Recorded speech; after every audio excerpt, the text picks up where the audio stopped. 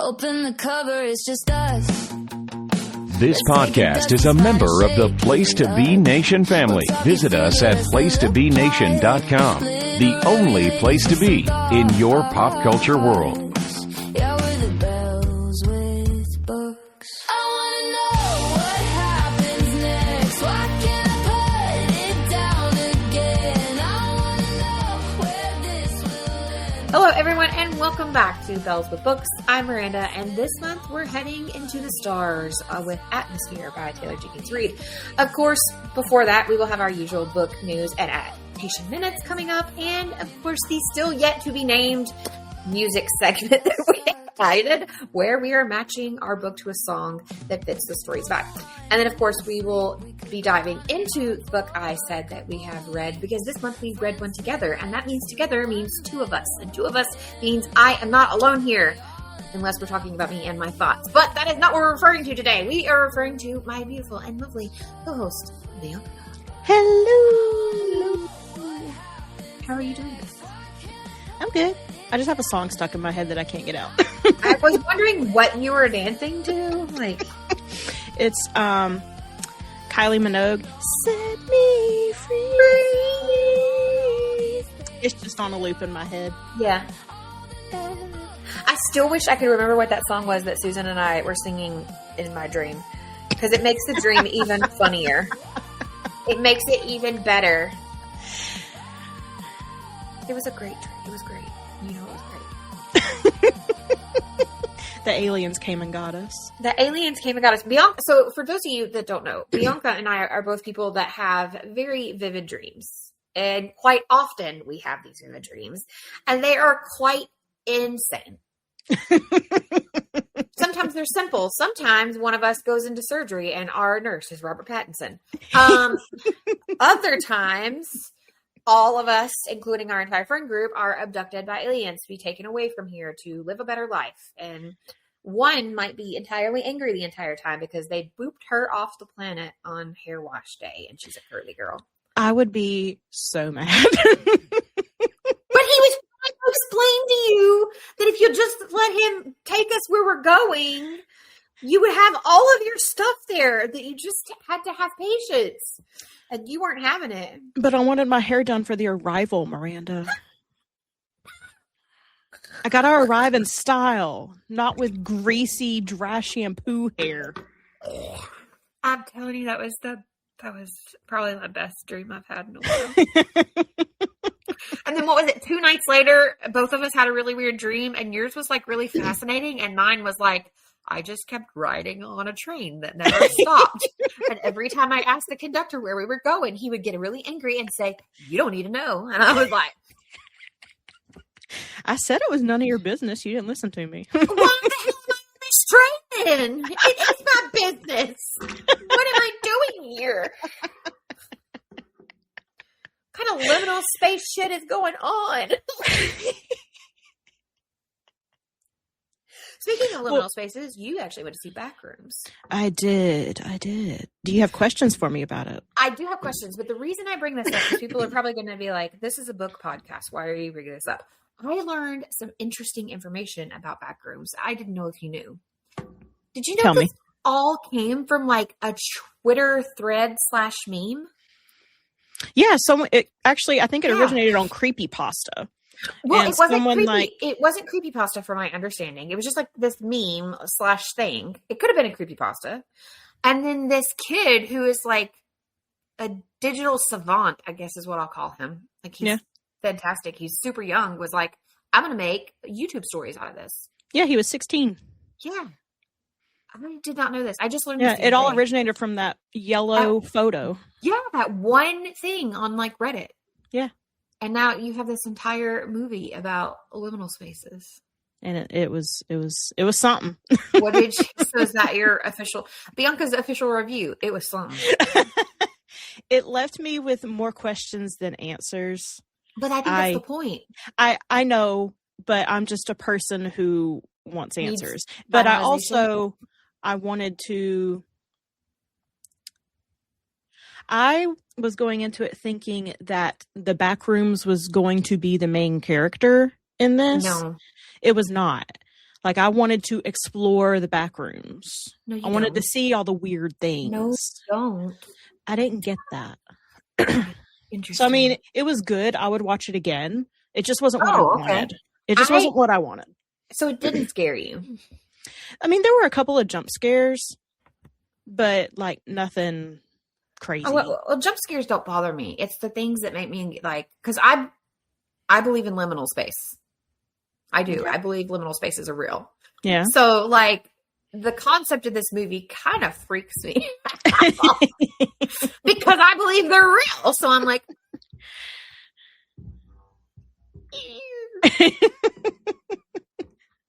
that's like me in Sixth Sense. Fun fact about Miranda: she's seen Sixth Sense one time in the theater. Never watch it again. Never. I was too young to watch it in theater, but that is one of my. I just like M. Night Shyamalan, so I've watched it. No, I do too. I love M. Night Shyamalan movies. It is a fantastic movie. That is not why I've never seen it again. It's too real. Freaks me out. The kitchen scene always freaks me out when he closes all the drawers and cabinets, and then he looks back and they're all open again. Ooh, that gives me chills every time. I love horror movies.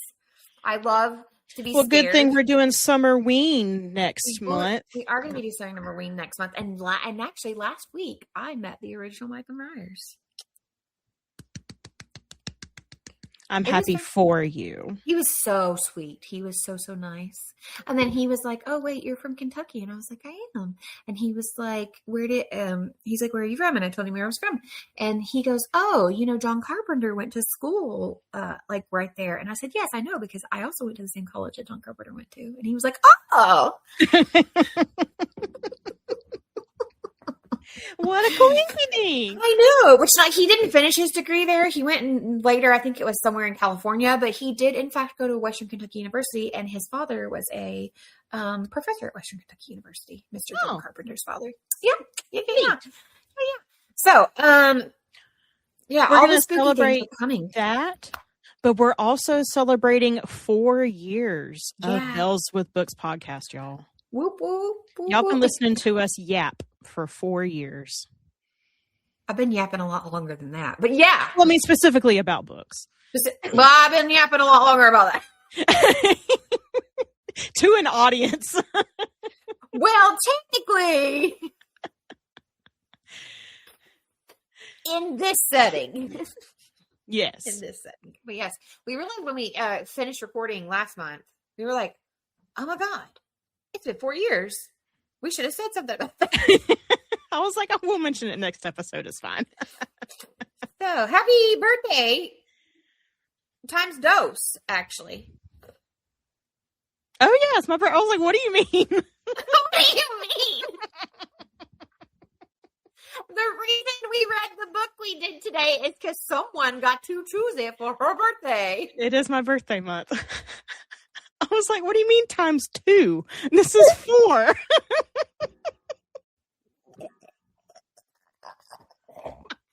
Oh, it's been... Let me drink. This is water. This is water I'm about to drink. The thing is, people don't understand why we're laughing so hard at that. It's because we've already been laughing so hard at things today.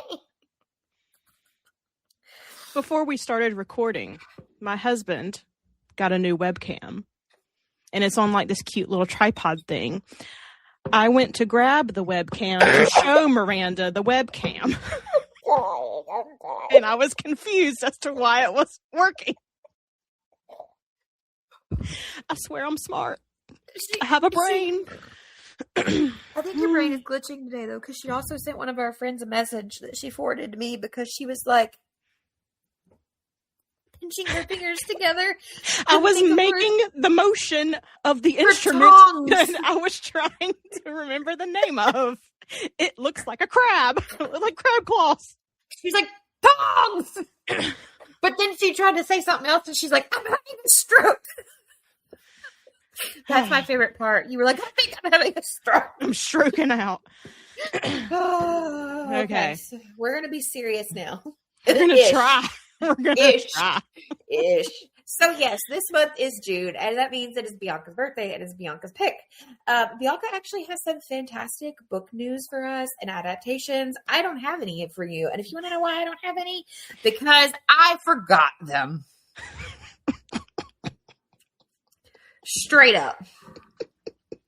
I checked like yesterday and I was like, Miranda hasn't added anything. I hope she's okay. Listen, I am okay, but being a corporate girly again, my brain is like, it does that to you. It does that to you. You are preaching to the choir. Yeah, that's why I'm not like I don't have to explain it to you. But like, this is one of those jobs where like they train me. I don't want anybody to think that like I wasn't trained, but also like I have a background in this, so I really didn't need much training other than using their systems. Well, like I've only been there for, this will be my 4th week, so I'm almost at a month. Like I'm completely doing things on my own. Like I'm by myself. It's like go. Like I'm just going. Like I've been there for like years, and so there be days where I'm like, I have no capacity for anything when I leave this building. Yeah. Like that's just what it is. Yeah. But then you get that paycheck and you're like, okay, the brain dead is good. We'll take the brain dead. Well, other brain dead things that have happened. Oh, tell us about them. This is an article. This is the press release. You can see it on the Association of American Publishers.org. Mm-hmm. Publishers and authors have filed a class action lawsuit against Meta and Mark Zuckerberg for willful copyright infringement to develop Llama AI models. Basically, what happened was that Meta / Facebook scraped a whole lot of articles and books and stuff without the author's consent to develop its AI model. And now all of those, it's the big publishers like Macmillan, McGraw-Hill, Elsevier, Hachette, however you want to pronounce it.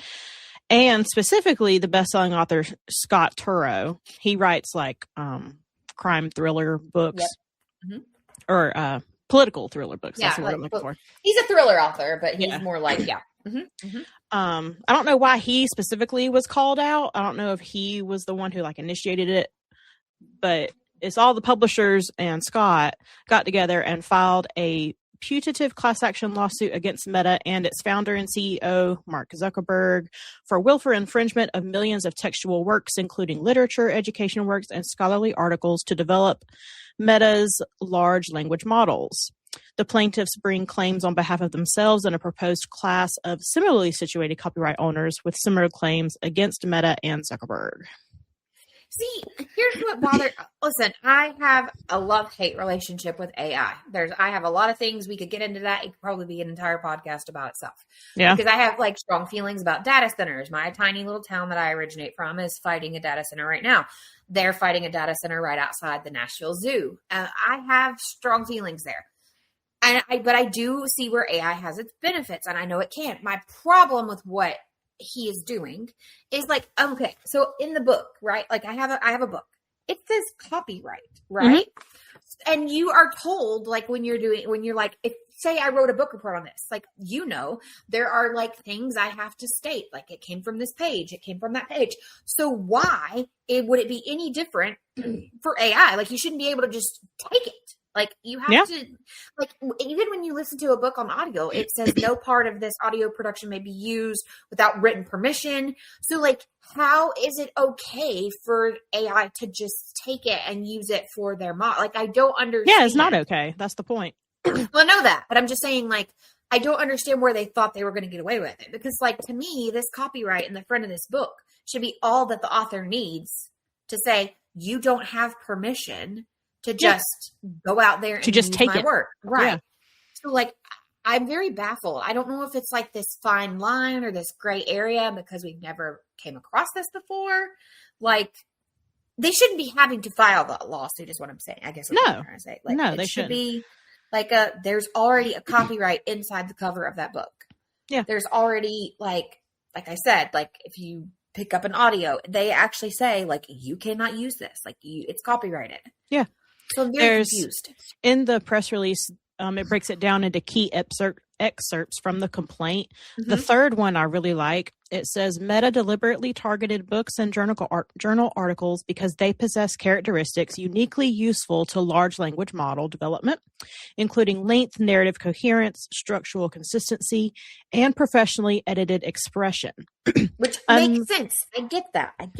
But unlike fragmented and low-quality internet text, books train models on how to generate outputs that sustain complex arguments, develop characters and themes over time, organize materials across chapters, and generate long-form prose that mirrors the quality and cadence of human-authored works. Yeah. And I totally and that is get true.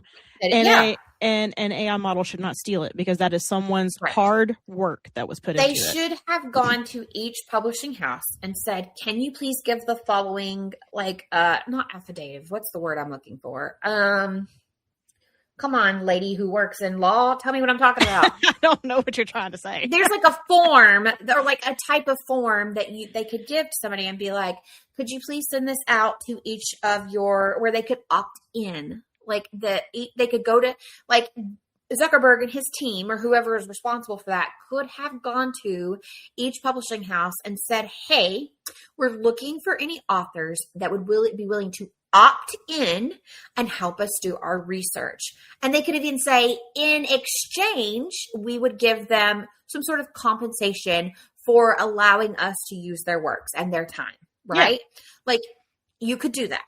And I get the workaround of like, I'm going to ask for forgiveness, not permission. I kind of live by that standard myself, but in this world, it is an item that is already copyrighted. Yeah. I don't know. I don't understand. I just don't understand. Speaking of copyrighted, I want you to talk about the trademark thing. Oh, Lord. It is not on our list. It's not on our list, but because it's still developing. I was waiting to see what else would happen. I don't know that anything is going to happen, but currently where it stands is you can't comment on her videos, and she took a bunch of videos down. Okay, so there is a very popular, I'll call her Instagram influencer for now, because that's where she initially blew up, as Instagram. Probably back around 2022, 2023, a influencer named Allie Roseco, that's her handle, if you want to look her up. She started making all of this cute bookish merch. She made bookmarks, she made stickers, she made shirts and sweaters and crew necks. You actually bought me one of her bookmarks. Well, and I own one of her shirts. They're all cute.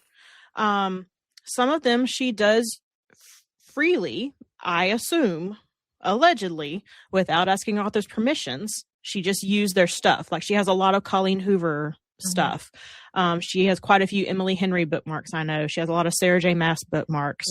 And it's like she takes like the main color in the book series for each book, and it's kind of like a paint swatch from Lowe's where you pick out the colors. That's kind of what they look like. And the big thing that she was using was Hot Girls Read. Cute enough phrase. It's been around for forever. And she really blew up with her shirts for it because they were like comfort colors. They fit a certain way. They were like a little higher neck, so they stood out. But there was also not like press on, iron on shirts. It was like stitched. So it looked really nice. High quality. I've seen them in person. They're good quality. Absolutely.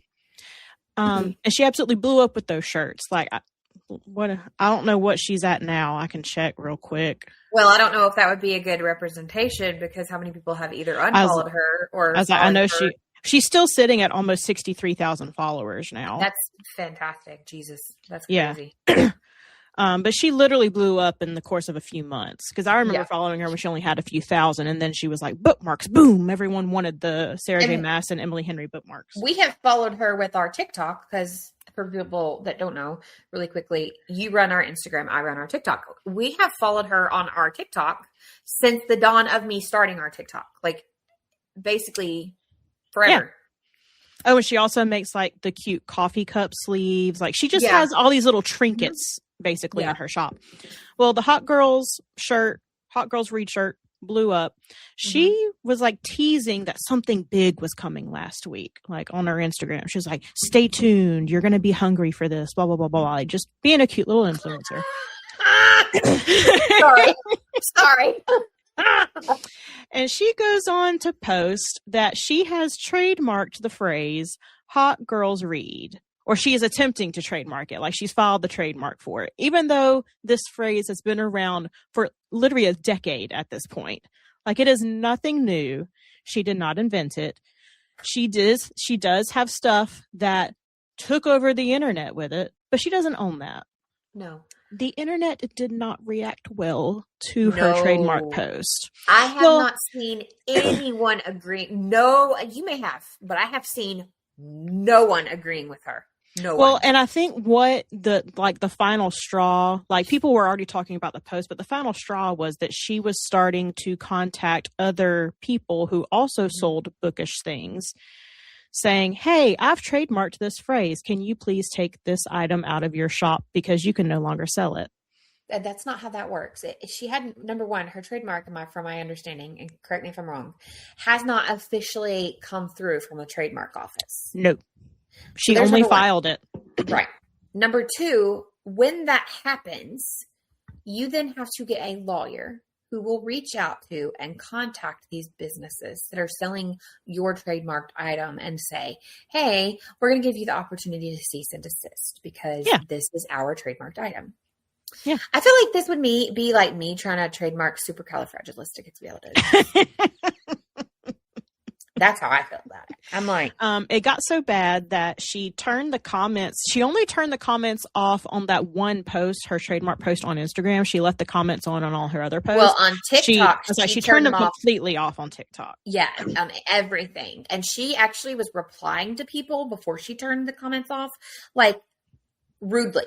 Like she was being mean. She was and I was like, this is so, it's like, I don't know her personally, right? But like, it was so unlike her content that I was very kind of taken aback that she was responding to people in that way, because normally she does respond to people and it's very kind and it's very sweet and it's very like, thank you for, following me or buying from me or whatever it was. But like, she always seemed like a very sweet individual. And then it just seemed like a complete 180. I was very kind of like, wow, what is happening? Which I get it. She's like, she feels like she has to defend herself, right?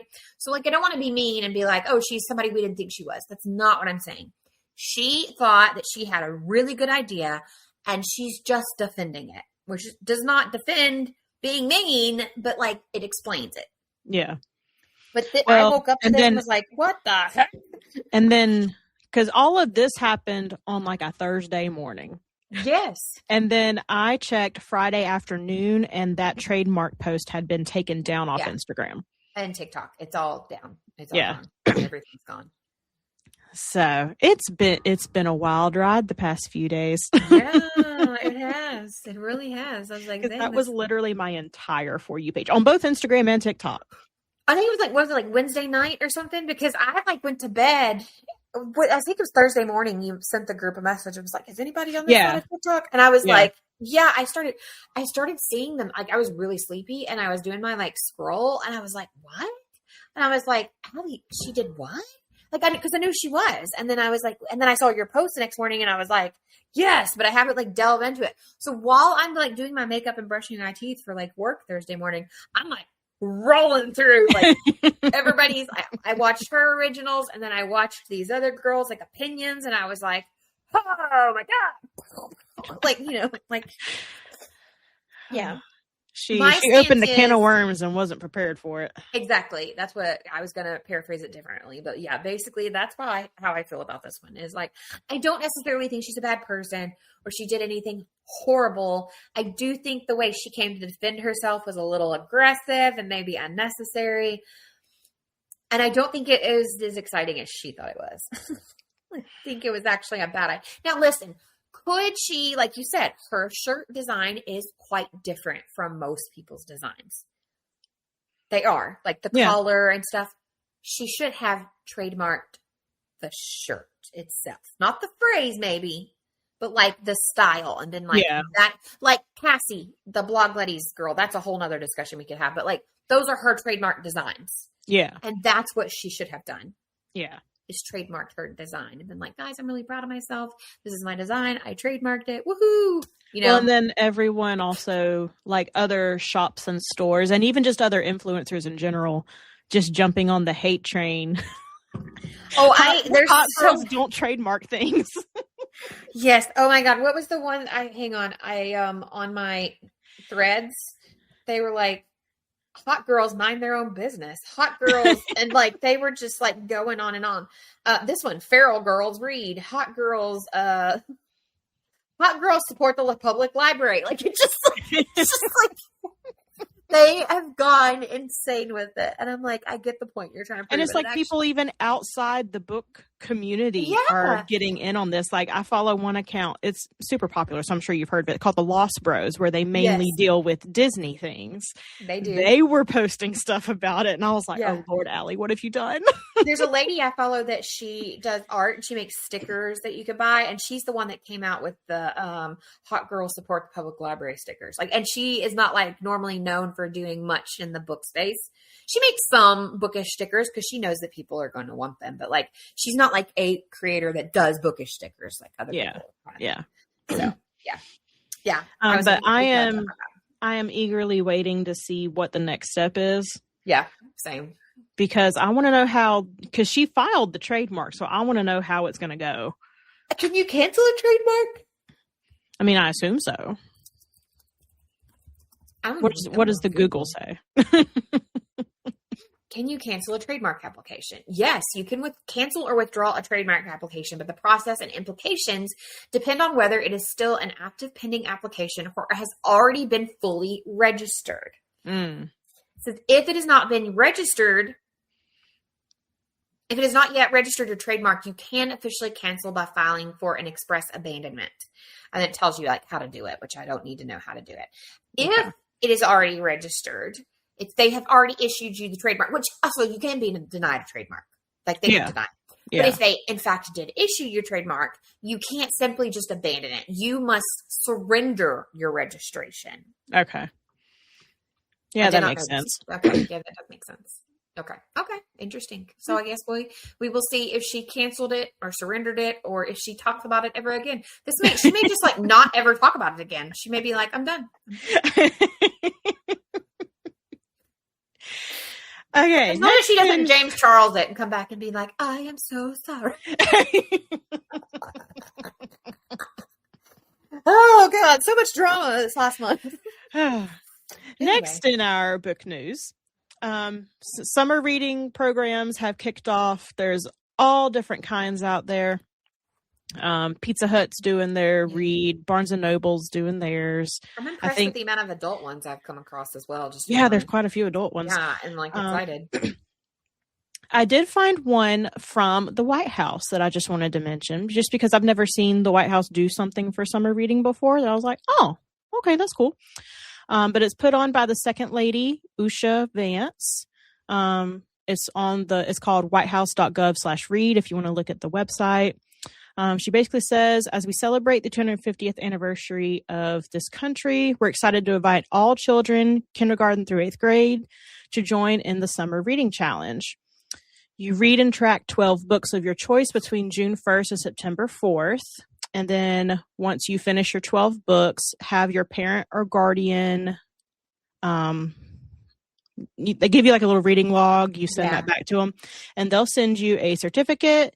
You get a 250th anniversary themed bookmark and a special link to receive a prize. It doesn't say what the prize is, though. And then you're also entered for a chance to win a visit to the Capitol and the White House. I was like, oh, that's pretty cute. I've never seen DC do anything like that before.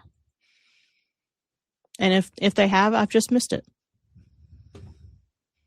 Yay for one good thing. Celebrate the 250th. Although I do have to say, have you seen like plates and napkins and stuff that you could buy for the 250th anniversary? I have heard rumors. I have not seen it with my eyeballs. I have seen them with my eyeballs, and they look like we died. That does not surprise me. Well, because it's. I'm going to look this up now. Yeah, look them up. 150th anniversary plates. Oh, no, not car. Why did you automatically think I meant car plates? Dinner? Do I have to type dinner plates? Dinner plate. That's probably, hang on. It's like, American, they're like throwaway plates. What am I trying to, disposable thing. Oh, here it is. Ew, I don't like that. Wait, that's not disposable. That's $150. No. These are like this is from like the White House. No. These are like disposable plates. I'm gonna send you this. Okay, so no. These look like we've died because it's. I mean, I don't like this one either. Because it's like, I've got to find them now. I saw them in the wild. I should have taken a picture. I actually saw a lady on TikTok that was showing them off too, and then I saw them with my bare eyes and was like, I don't like this. But it's like, 200, it says like 250 years or something, and then it goes 1776-2026. And I was like, did we die? I mean, I do, like, privately, I don't know anybody else's opinions, but I sometimes feel like we have. But I mean, this looks horrid. Like, what is happening? I don't like Okay, no, this. I haven't seen those. Okay, if I go back out and I see them, I'm sending you a picture because I was like, it looks like a tombstone. I don't like this. I don't like this. Because it's like this writing above it where it's like 250 years, where it would say like loving daughter. And then like dates. I was like, did no one, who approved this design? God, it's horrible. I don't like it. I don't like it. Okay, next, since we are halfway through the year, we're looking at the most read books on Goodreads in 2026, parentheses, so far. Interesting. So I wanted to look at these and just briefly go through the most popular ones. We have James by Percival Everett, which does not surprise me. It's on my TBR. I actually physically own it. I haven't read it yet. It's just so big. I don't like. It's a chonker. Yeah, but I mean, it just sounds so good. Yeah, it does sound good. Catabasis by R.F. Kuang is on here, which you have read. Which you want to talk about so big. Yeah, well, I will say the book itself is big, but the print inside is pretty large too. Okay. Like they could have gone with a smaller print and it would have been a smaller book. Okay. Buffalo Hunter by Stephen Graham Jones. Didn't you read that one? Yes, I did. It's actually Buffalo Hunter. Oh, yeah. I just noticed that. Well, no, if you look at the cover, you would definitely miss it. Like, but no, I did read that. It's so good. Because that's the one about the Native Americans, right? It is. And what I actually just picked up a new one by Stephen Graham Jones, which I was going to talk about, but it's super cool. It's like, do you remember those books we used to get as kids where like on one side of the book, it was one book and on one side of the book, it was other? Yeah. He did one of those and he calls it his like double feature. And I was like, this is so freaking cool. So like, yeah, I highly recommend Stephen Graham Jones. I love him. Okay. My Husband's Wife by Alice Feeney. I have not read that one, but I do like Alice Feeney. Yeah, I agree. No surprise here. Heated Rivalry by Rachel Reed. Stevie loves these. Loves them. The Correspondent by Virginia Evans. I don't think I have read anything ever by Virginia Evans. I've never even heard of this till scrolling this list. Okay. I was like, oh, okay. Yeah. Dear Debbie by Frida McFadden. I haven't read this one. And love her or hate her, she's doing her thing. So, like, let her do her thing. And then number one is Project Hail Mary by Andy Weir. As it should be. Yes, I completely agree. Which I do think that part of the reason is number one, because when the movie came out, I actually have heard of a lot of people that like aren't readers were like, I'm going to read this book. Because the movie was so freaking good. The movie was so freaking good. And the book is so freaking good. And the audiobook of this book is so freaking good.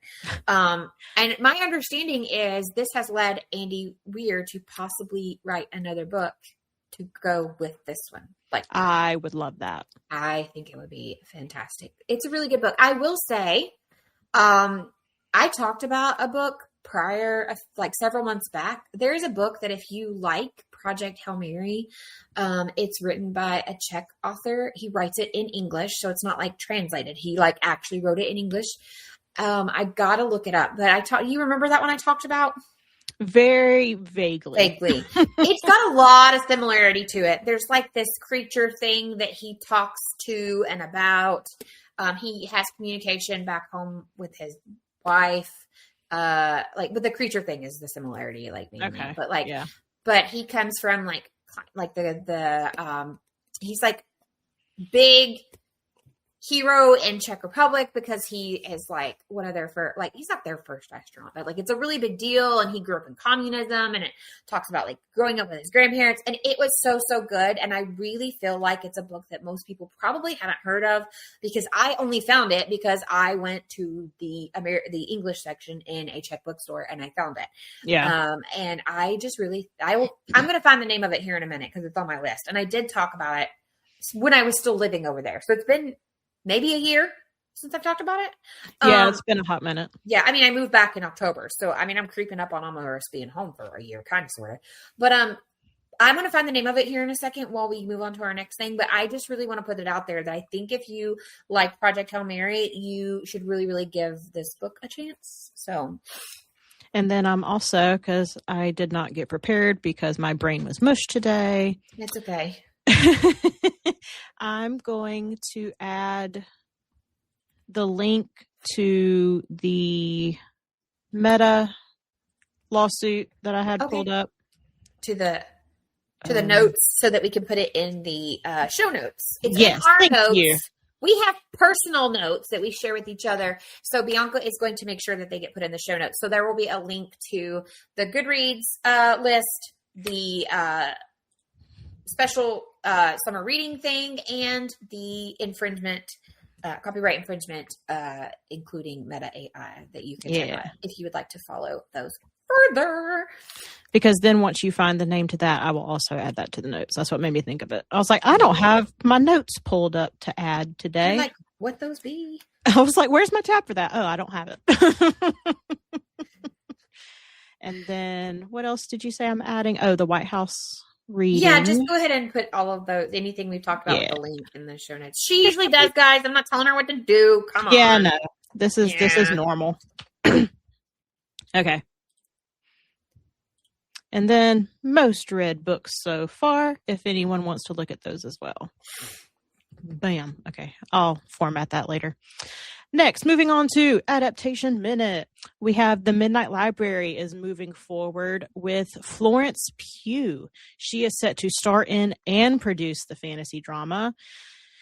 It will be directed by Garth Davis, who I've never heard of. I'm very sorry to Mr. Davis. I'm going to look up and see what else he did. By the way, my book is from 2017, and it is called Spacemen of Bohemia.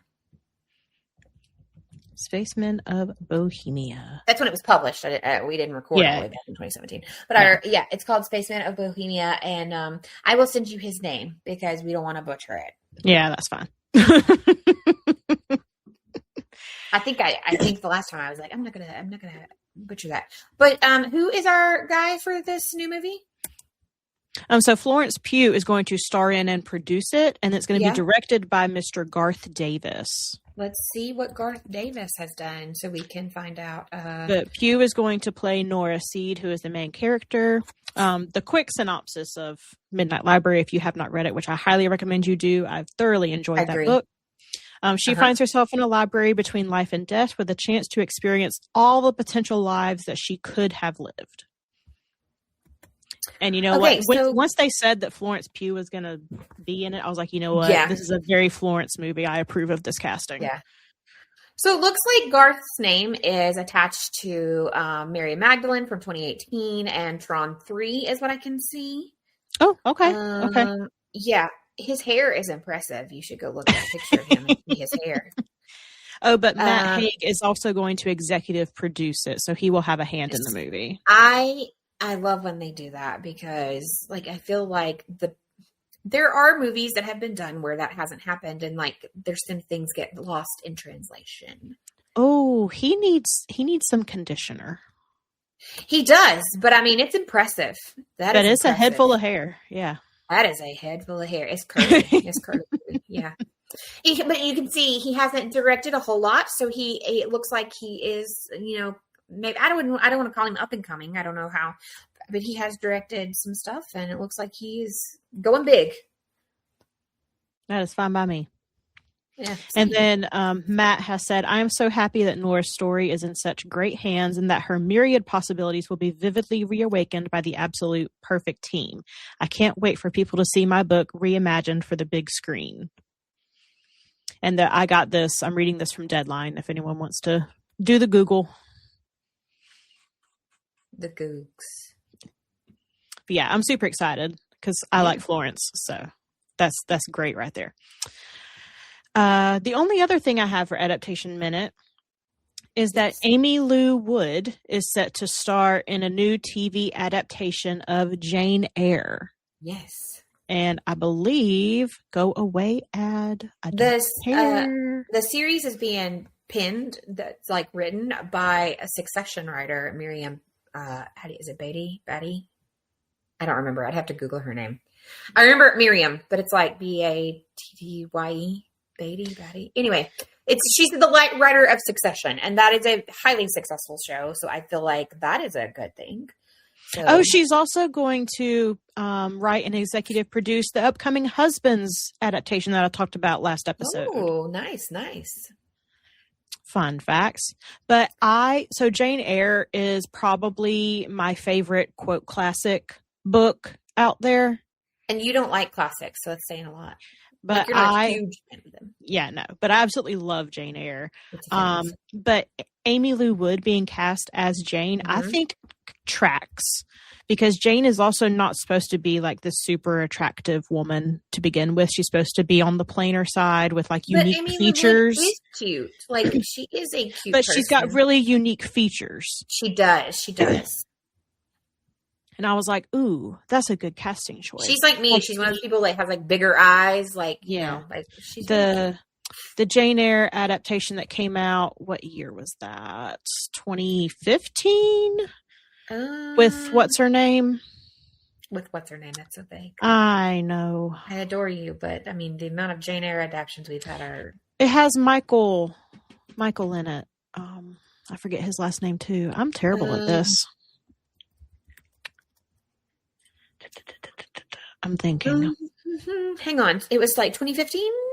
I think so. Oh, Michael Fassbender. 2011. It was 2011. Yeah, 2011. Yeah, that one was 2011. That was the film. Yes. That is my favorite Jane Eyre adaptation. Well, that one to me is really so good because it leans more into the gothic roots of what Jane Eyre was. Yes. It is very dark. Mm-hmm. And that's Fassbender plays Mr. Rochester. Yes, and then Mia, whose name I will not butcher, she plays Jane, which she also did a good job, and I enjoyed her casting as well. Yeah. Okay. She played Alice. Yeah. Mia Wasikowska. Okay. Yeah, her. Yeah. Yeah, so I'm a Jane Eyre enthusiast. I have high hopes for this. I hope they do a good job because I think it's eventually going to go to Netflix, but I could be mistaken on that. I want to say I read somewhere it's going to Netflix eventually. I don't think it's there yet. Yeah. Did you see speaking of adaptations like that, have you seen or watched any of the other Bennett sister yet? No, I have not. It looks fantastic. It's actually on my list. Yeah, it's a BritBox original, and it looks fantastic. It just came out, so like I didn't know if anybody did. It's got like 10 episodes, I think. I am interested. I'm very interested. And I just realized I forgot to send you the link for what we were going to talk about today, so I just sent that to you in chat. We are so organized today. It's okay. I also have questions for you. So I didn't send them to you because I didn't want you to see them. So we have I made my own discussion. I was very proud. And I didn't send it to you on purpose because I didn't want you to be prepared. Well, so as you know, we are covering Atmosphere by Taylor Jenkins Reid. And actually, let me rephrase that. Atmosphere, a love story. By Taylor Jenkins Reid. Yes. This was your pick because happy birthday. No. So this is the book. We actually showed it off on camera some time ago, and maybe near the time that I read the Spaceman book, because Bianca and I have special UK signed editions Whoop, whoop, whoop, whoop. that I was able to commandeer while I was still living in Europe. And then I brought her copy back with me because shipping from here to there be dumb. But we actually have, I think, shown them off on our social media before.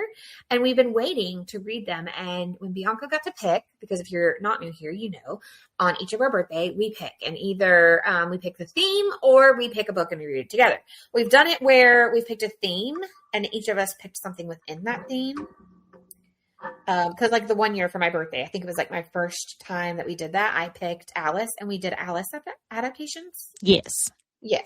And we've also read book together. Like last year for your birthday, we did Caraval, which is fantastic. I need to finish that series because it was really good. This year we did Atmosphere, which I'm excited because I also wanted to read this. So we're going to break it down. We're going to talk about it and we will decide at what point we want to spoil or how much we want to spoil. There will be spoilers, but we are going to start with a basic, like always, spoiler-free, light kind of discussion. So I do want to ask you, did this feel like a Taylor Jenkins Reid novel to you, or did it feel different from her previous books? And I have a reason why I'm asking you this question. It felt different. Okay. Agreed. Yeah. Very different. And I don't mean that negatively, but like I do. Okay. I don't, because I will go ahead and say, okay, let's just go ahead and say, did you like this? Did you enjoy this book? No. Oh no. Okay, this is not normal, ladies and gentlemen. It is Normally, not. Miranda picked the book for her birthday and Bianca's like, I'm sorry, I didn't like it. So Bianca picked this for herself, so I will not. I did this to myself. Halfway through the book, I was like, Bianca, why did you pick this book? You are torturing yourself. Part of it's my fault. I understand that it is called Atmosphere, a love story. A love story, yes. So part of it is my fault, but it's not what I wanted. It's not what I expected. Okay, I will agree with you. It is not what I expected. So I did love it. I did give it a high star rating. I really enjoyed it. However, my expectations of this book. So we are both Taylor Jenkins Reid fan already. Basically, yes. If the woman says she's writing something, we are buying it. Like I don't even know if we read the synopsis of Atmosphere before I did not. No, neither did I. And well, I mean, I did before we actually read it, but like when I bought it, which by the way, I bought those live we record. I bought those live on air once. I was like, and she's like, give me one. So like, I bought those and we were so excited and we didn't even read the synopsis. We were like, space, Taylor Jenkins Reid, let's go. Yeah. I love space, guys. I really love space. I do too. I work for a freaking space company. And that was my issue, was that right. I wanted space. I love space, yes. So I love space, okay? And also, based on things that we've gotten from Taylor Jenkins Reid before, when it said Atmosphere, a love story, I thought it was going to be a love story with space. Exactly. Because, okay, I have read many of her books now, and there is a certain style that comes from her books. There's a certain cadence that comes from her books. And this didn't read like a Taylor Jenkins Reid novel. No. But did I enjoy it? I did. You didn't. That's okay. So I'm assuming that, and we both do read romance books, right? So I didn't have a problem with there being romance. But I think I expected more NASA. Exactly. I wanted more NASA. So we are about to get into it. And this is going to be a little spoilery, but not majorly. So if you want to stay with us because you haven't read it and you're like, you still want to know a little bit more, stick around. When we get ready to really spoil, which is going to be going into this a little bit further, then we'll let you know. But this novel is set during the space shuttle era of the 1980s. And I do want to talk about, I loved at the beginning how kind of immersive, originally at the start, it is about NASA, the setting of NASA. Yes. And it being like the technical details of it. And I really, really loved how they talked about the challenges that women faced during that era of the space program. Yes. And it started out fantastic. It did start out fantastic. And I saw where it was going. I saw who the love relationship was going to be. Didn't have a problem with that. I just thought it was going to be still more about those people in the program. Yeah. Right? Like going through the program itself. Right. Like, and how because like one of the things that gets mentioned pretty early on in the story, and it's a joke. So, okay, we'll start spoiling now. And then I will because I know you have discussion that you want to do as well. Yeah. So I will go and then I'm going to let you have a turn. Okay. So one of the things that there was like the ongoing theme kind of joke or commentary of the entire book is someone makes the comment that astronauts should not be a couple. Like two astronauts, they don't think it's a good idea. I forget who says it, and I wish I'd written down at what page it keeps getting brought back up on, but they keep commenting on how they don't think it's a good idea that astronauts be a couple because we have more than one astronaut couple in the story. Yes. From the same class of astronauts, right? Yes. And they keep making the comment like it's not a good idea. Like think about it, and I kind of get that. It's to me the same kind of thing as like when you have two military members. Like it's just there's rules that the military puts in place if you and your spouse are both active duty, right? Yeah. Only one person can be deployed at a time, like things like that. And I would assume NASA would do the same with astronauts, that they would be like, oh crap, like one of you needs to stay on Earth. Like you can't have both of you, like, you know. Yeah. So that is like an ongoing commentary. So I kind of also thought, oh, if we're going to talk about that as commentary, we would either talk about how that works within like, oh, well, this one didn't get picked for this mission, but this one did. And so now they're preparing to be apart. And I thought maybe their relationship was going to be carried out where one was in space and one was on Earth. Yeah. They're trying to navigate that. Now, listen, they are navigating complex situations, right? That I think also fit with of the time and I think are important. However, I didn't think that's what this was. I guess that's where I'm going with this. And I'm being vague right now on purpose. We'll get there. So I originally loved how they talked about that and the challenges that the women face that does continue to be commentary throughout the entire book because it is the 80s and the early 90s. It goes into the early 90s and women at NASA, it was just still, I don't want to say fresh because they've been there since the dawn of NASA. Like in the middle of the book, they're talking about Sally Field going into space and being the first woman. Like it's a momentous occasion. Yeah, because she even says that they're like Sally, like the launch is supposed to happen like the following day or something. And they're talking as women. Like, do you understand what this means if Sally gets up there and this doesn't go right? Like this ruins it for all of us. Like this is like they're thinking about like they're not trying to put pressure on Sally, but they're putting pressure on each other. Like as well, right? They're like, if Sally goes up there and this goes bad, we're all like screwed, basically. Like this doesn't work for any of us because then the men have proven their point, which is not a real point, but like, so I loved that commentary throughout the book. And I really loved how immersive they were like, this is we got selected and this is how it goes. And we were doing this kind of testing and like, oh, I'm so glad to go swimming in a pool that's not full of like, all this gear. I loved those parts. And I think I just really, even though I gave it a high rating, because eventually I realized like, oh, that's not what we're getting. And I just pivot, right? But I wish it had been something different. That's, you know. Yeah. So. If you want a space book, this is not the book for you. No.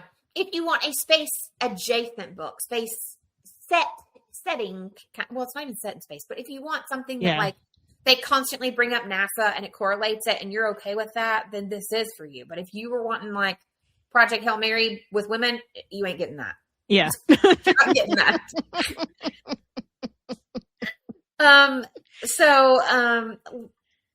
I also have to say from the very beginning of this book, one thing I have to get out there. I hate her sister. Oh, Lord. I almost texted you and was like, I do not like this woman. But from the very beginning, initially I didn't hate her because I will say she's kind of the reason that Joan is there. Like, she's the reason that she goes into NASA. But like her reason for doing it is kind of backhanded. Yes, I wanted to say self-deprecating. Kind of. No, it's backhanded. It is backhanded. Thank you. But she sister made questionable life decisions pretty much throughout her entire life. And she resents the main character's Joan. She resents Joan for taking her life seriously while Barbara. While Barbara did not take her life seriously. And she just kind of says, like, jokingly, hey, you should apply for NASA. And Joan's like, maybe I should. Yeah, I should. Yeah. And so she does it and she gets in. Yeah. All right. So I'm going to let you kind of talk about this beginning bit a little bit, because I know you also had some book club style questions that you kind of want to like go over as well. So like we said, book starts out great. We learned Joan is an astronaut. She is the Capcom of the current mission in space, meaning that she's basically talking the astronauts that are in space through their day-to-day life while they're up there. Right. As she is coming on to shift, she is going to clear the astronauts for a spacewalk. The astronauts are getting ready to deploy a satellite, but things go horribly wrong. This is all in the first chapter. This is not spoiling anything major yet. Right. Debris hits the station and puts a hole in the craft. It also injures one of the other astronauts that are up there. Mm-hmm. It's a very tense moment. And one of the astronauts named Vanessa comes over the comms and says that she's the only one left. And that's how the book starts. So off the bat, I was like, oh, this is going to be great. I love this setup. I'm going to get a space adventure. Yep. No. Another thing about this book that I actually did not care for in this setting was that it jumps many timelines. Yes. So it starts with that, which is basically quote unquote current day, not actual current day, but in the book, current day. Which is December 29th, 1984. Right. So it actually starts, then we jump back to the summer of 1980. Yes. And then pretty much every time it jumps, it starts in that 1984 spot and it jumps back to 1980. You just work your way through 80 to 84 and you're going to end up back in 84. But in between all of that, you're going to keep jumping to, quote, current day 1984. Yeah. Now, what I did appreciate is they tell you. They tell you the date, year, like they tell you in the jump. So I do appreciate that, but it was kind of back and forth. And I understand what she was trying to do. It's just very jarring on both ends of the spectrum, because I would get into one certain story and I'm like, okay, I want to continue reading about this. And then it's like, just kidding. Now you're going to read about 1984 again. Yeah. So it does. It alternates. And I think the present, like what they consider present timeline, and they're on this mission, STS LR9, and then back to Joan's journey with the space program. Because our main character here is, in fact, Joan. So, we get details about, obviously, more situation with Joan and Barbara. They talk about Joan and Barbara's parents, but they seem just like normal people, so they're not really present. They're not really, they're not really there. We do get a big cast of characters, I will say. That's one of my questions. Why do you think we have all these cast of characters? Mm-hmm. Why do you think we didn't get any of their points of view? See, that goes back to what I said about, I thought there would be more information about the other couple. Like the other astronaut couple, because we do talk about them. They have pivotal moments that happen in their life throughout this book, because they're like, oh, this happens, and then this happens, and this happens. And I would have liked to have known more about what was going on with them. But I think the reason, I don't know why we don't, but I will say, I think the reason why she included them as significantly as she did is because they were all pivotal to Joan and who she ends up becoming by the end of the book. Okay, that's a good point.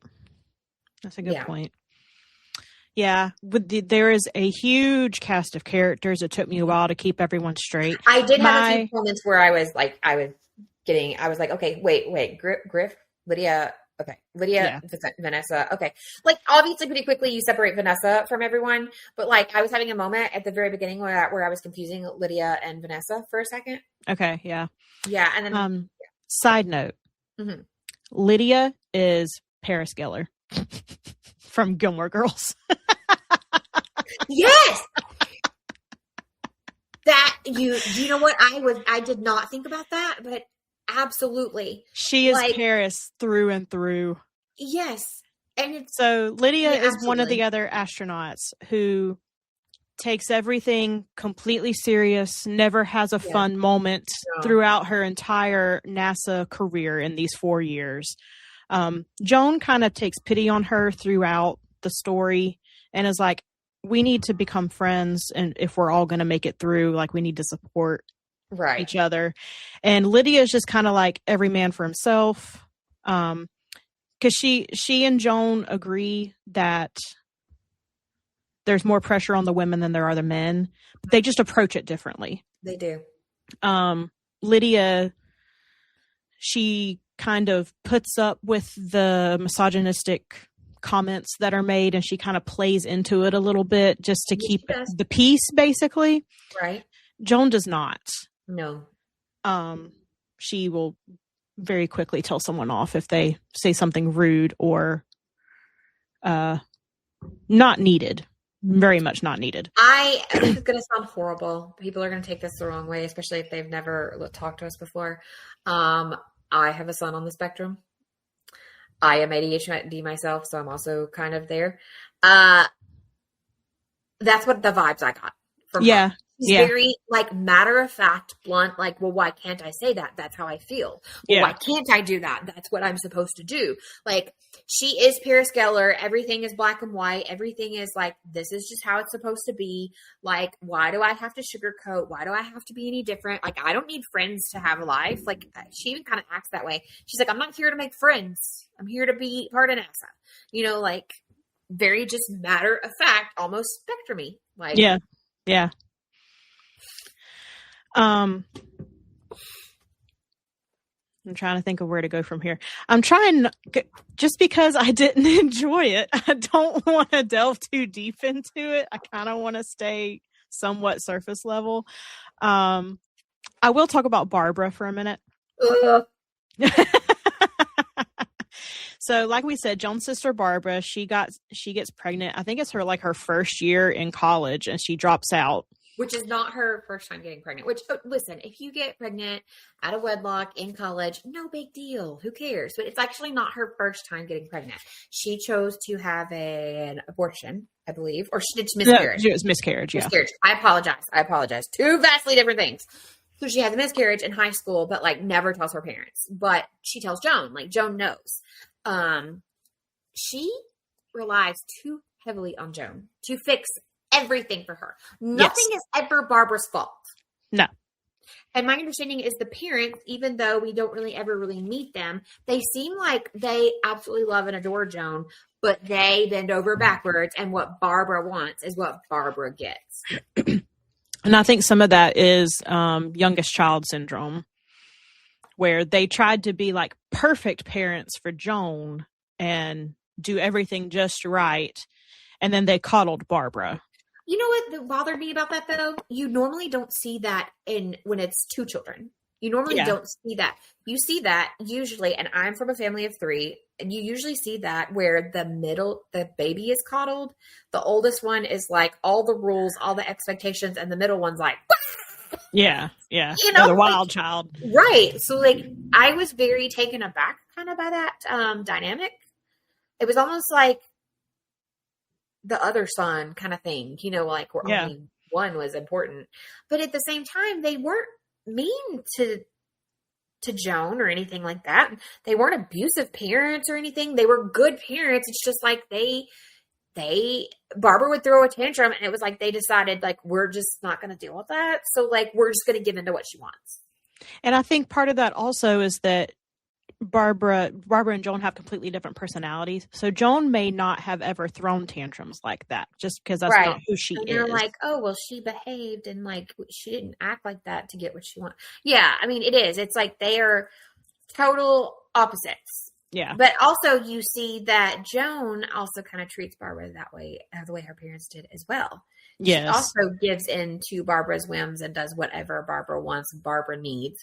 It's always about Barbara. I'm sorry, but it is. Like, it is.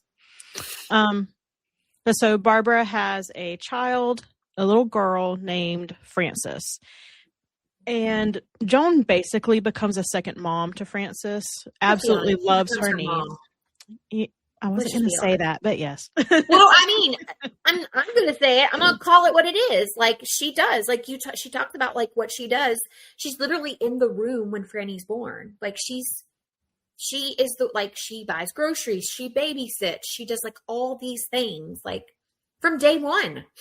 And she does all of this while navigating, attempting at the time that Frances is born, at the time navigating to become a NASA astronaut. Yes.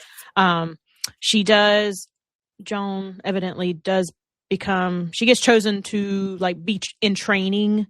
They have different classes where groups of people are chosen to potentially become an official astronaut. And she and another girl named Vanessa, they're the only ones chosen from their group to proceed to a class.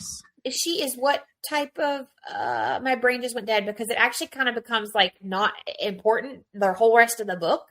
So I feel bad, but like she's a specific type of scientist. Like it's not like she just was like, oh, I want to go to space. Well, yes, she is. Well, so Joan is an astronomer. Thank you. She studies the stars and which they never everything really that goes with like, that. She talks about stars a whole lot, but they never really bring up her actual like qualifications ever again. Like they talk about it like basically the one time. So I was like, wait, which one is she? Well, they did the same thing with Vanessa. She was chosen because she was a pilot, but because she wasn't a pilot in the military, because at the time military wouldn't accept female pilots, she was automatically disqualified from being a NASA pilot because she did not have military experience. And they talk about that once when they're like having a conversation with each other, and then that's kind of like it. Yeah. Like, really.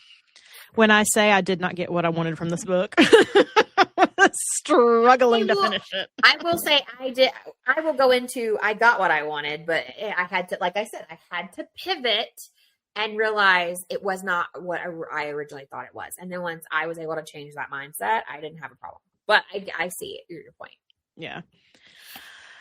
So they do go through various trainings for astronauts. Loved those parts. I wanted more of those parts. But it very quickly becomes the Joan and Vanessa show, which is where the atmosphere, a love story, comes in.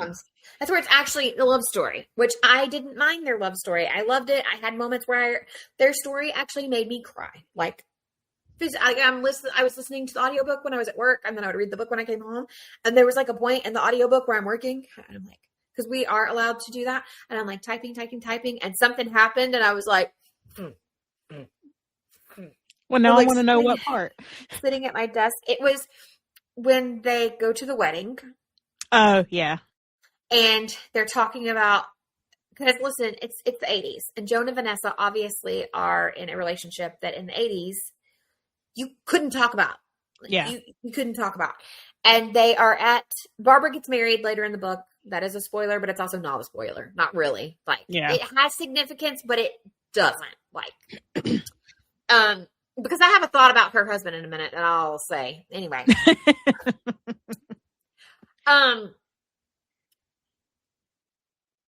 They're at the wedding, and basically the commentary is about how, like, she wants to just, like, grab her hand and, like, go dance with her. And all these thoughts are going through her head where she's kind of having a moment where, once again, Barbara's getting what she wants. Barbara always gets everything she wants, right? And she can't have that because you definitely couldn't get married as a gay person in 1980 anything. God. No. So Joan is having this moment, and I sobbed for Joan because Joan, to me, is such a deserving human.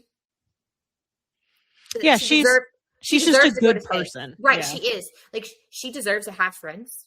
She deserves to go to space. She deserves to be recognized. Like, apparently there's also a moment in the book where, like, everybody's always seen Joan is really plain, and apparently she's actually, and it doesn't have anything to do with her body type, but, like, in general, she's actually really pretty. But, like, she's always made herself, she's, like, planed herself down. And it's probably because of Barbara. I don't think it's that she planed herself down. I think she just didn't care that much about her appearance. Like, maybe, yeah. Like, she just didn't, like, she did the very basic minimum things of, like, hygiene and just stuff like that. Like, she wasn't going to doll herself up. Right. But, like, she actually is, like, a really pretty human, and she's a really kind human. And, like, so to me, I loved Joan and her character, and I felt like she deserved to be an astronaut, and she deserved to be a mother if she wanted to be, and she deserved to have love. And so in that moment, I started crying because I felt like, fucking bitch. Like, I just was so angry at Barbara, because to me, in my head, once again, Barbara, because spoiling. I'm now officially, we're done. I'm spoiling.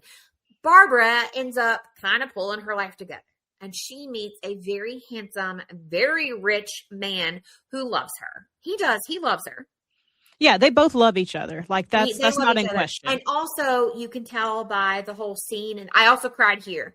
The scene in the kitchen when Joan she can't say, I have a girlfriend, right?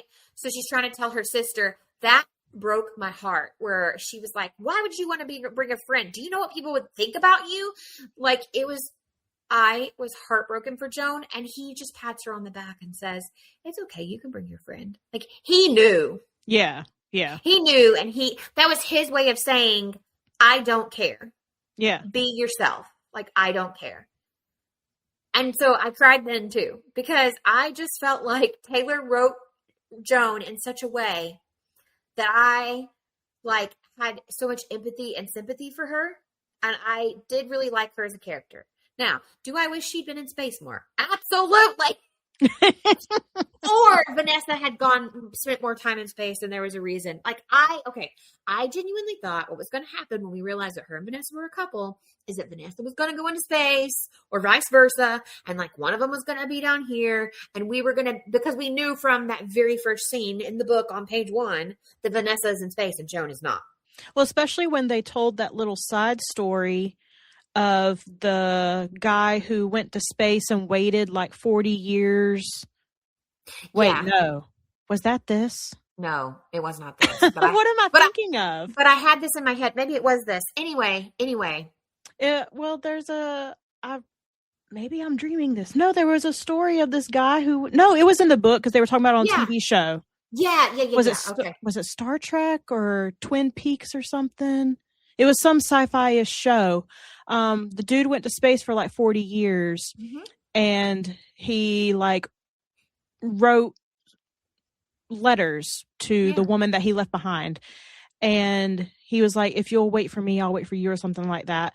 So I was like, okay, maybe they're foreshadowing, like one of them is going to be in space for a really long time. Right. And I thought that's where we were going. So I thought we would get like scenes of Joan, because we already know Joan was here on Earth because she's working comms, right? So I thought we were going to get scenes of Joan here on Earth, and then go to Vanessa in space and how they were navigating not just a relationship that they couldn't be open about, but a relationship where one isn't even on this planet. Yeah. And I was trying to figure, I thought that's what we were getting. And that's not what we got. That is not what we got. It basically is like their love story with like how they intertwine NASA into it, like how they're working at NASA, how like them and like their life with the other astronauts, because basically what I did like is it is found family. Yeah. Because they end up, that class of astronauts that they start with that stays, Lydia, Griff, the other couple who through this whole book, they end up they get married, they hide their pregnancy because she's an astronaut. So that's, again, it talks about the struggles with women in space. Cause like she couldn't, they were like, if we tell NASA I'm pregnant, like I won't be able to continue astronaut training. Kind of thing. And I did think that was funny. I was like, how are you hiding that? But I guess they would be really fit people. So like, some people that are really fit don't get really big when they're pregnant. Some. So I was like, how are you hiding that? But another big part of the story is Frances, who is sweet Franny, Barbara's daughter, Joan's niece. A big part of this is just Joan's love for Frances. Frances deals with a lot. She has a very erratic mother who doesn't really know how to be a mother. So she leans on Joan, just like Joan leans on Frances a lot. But it is much more of a mother-daughter relationship than we see from Barbara and Frances. Absolutely.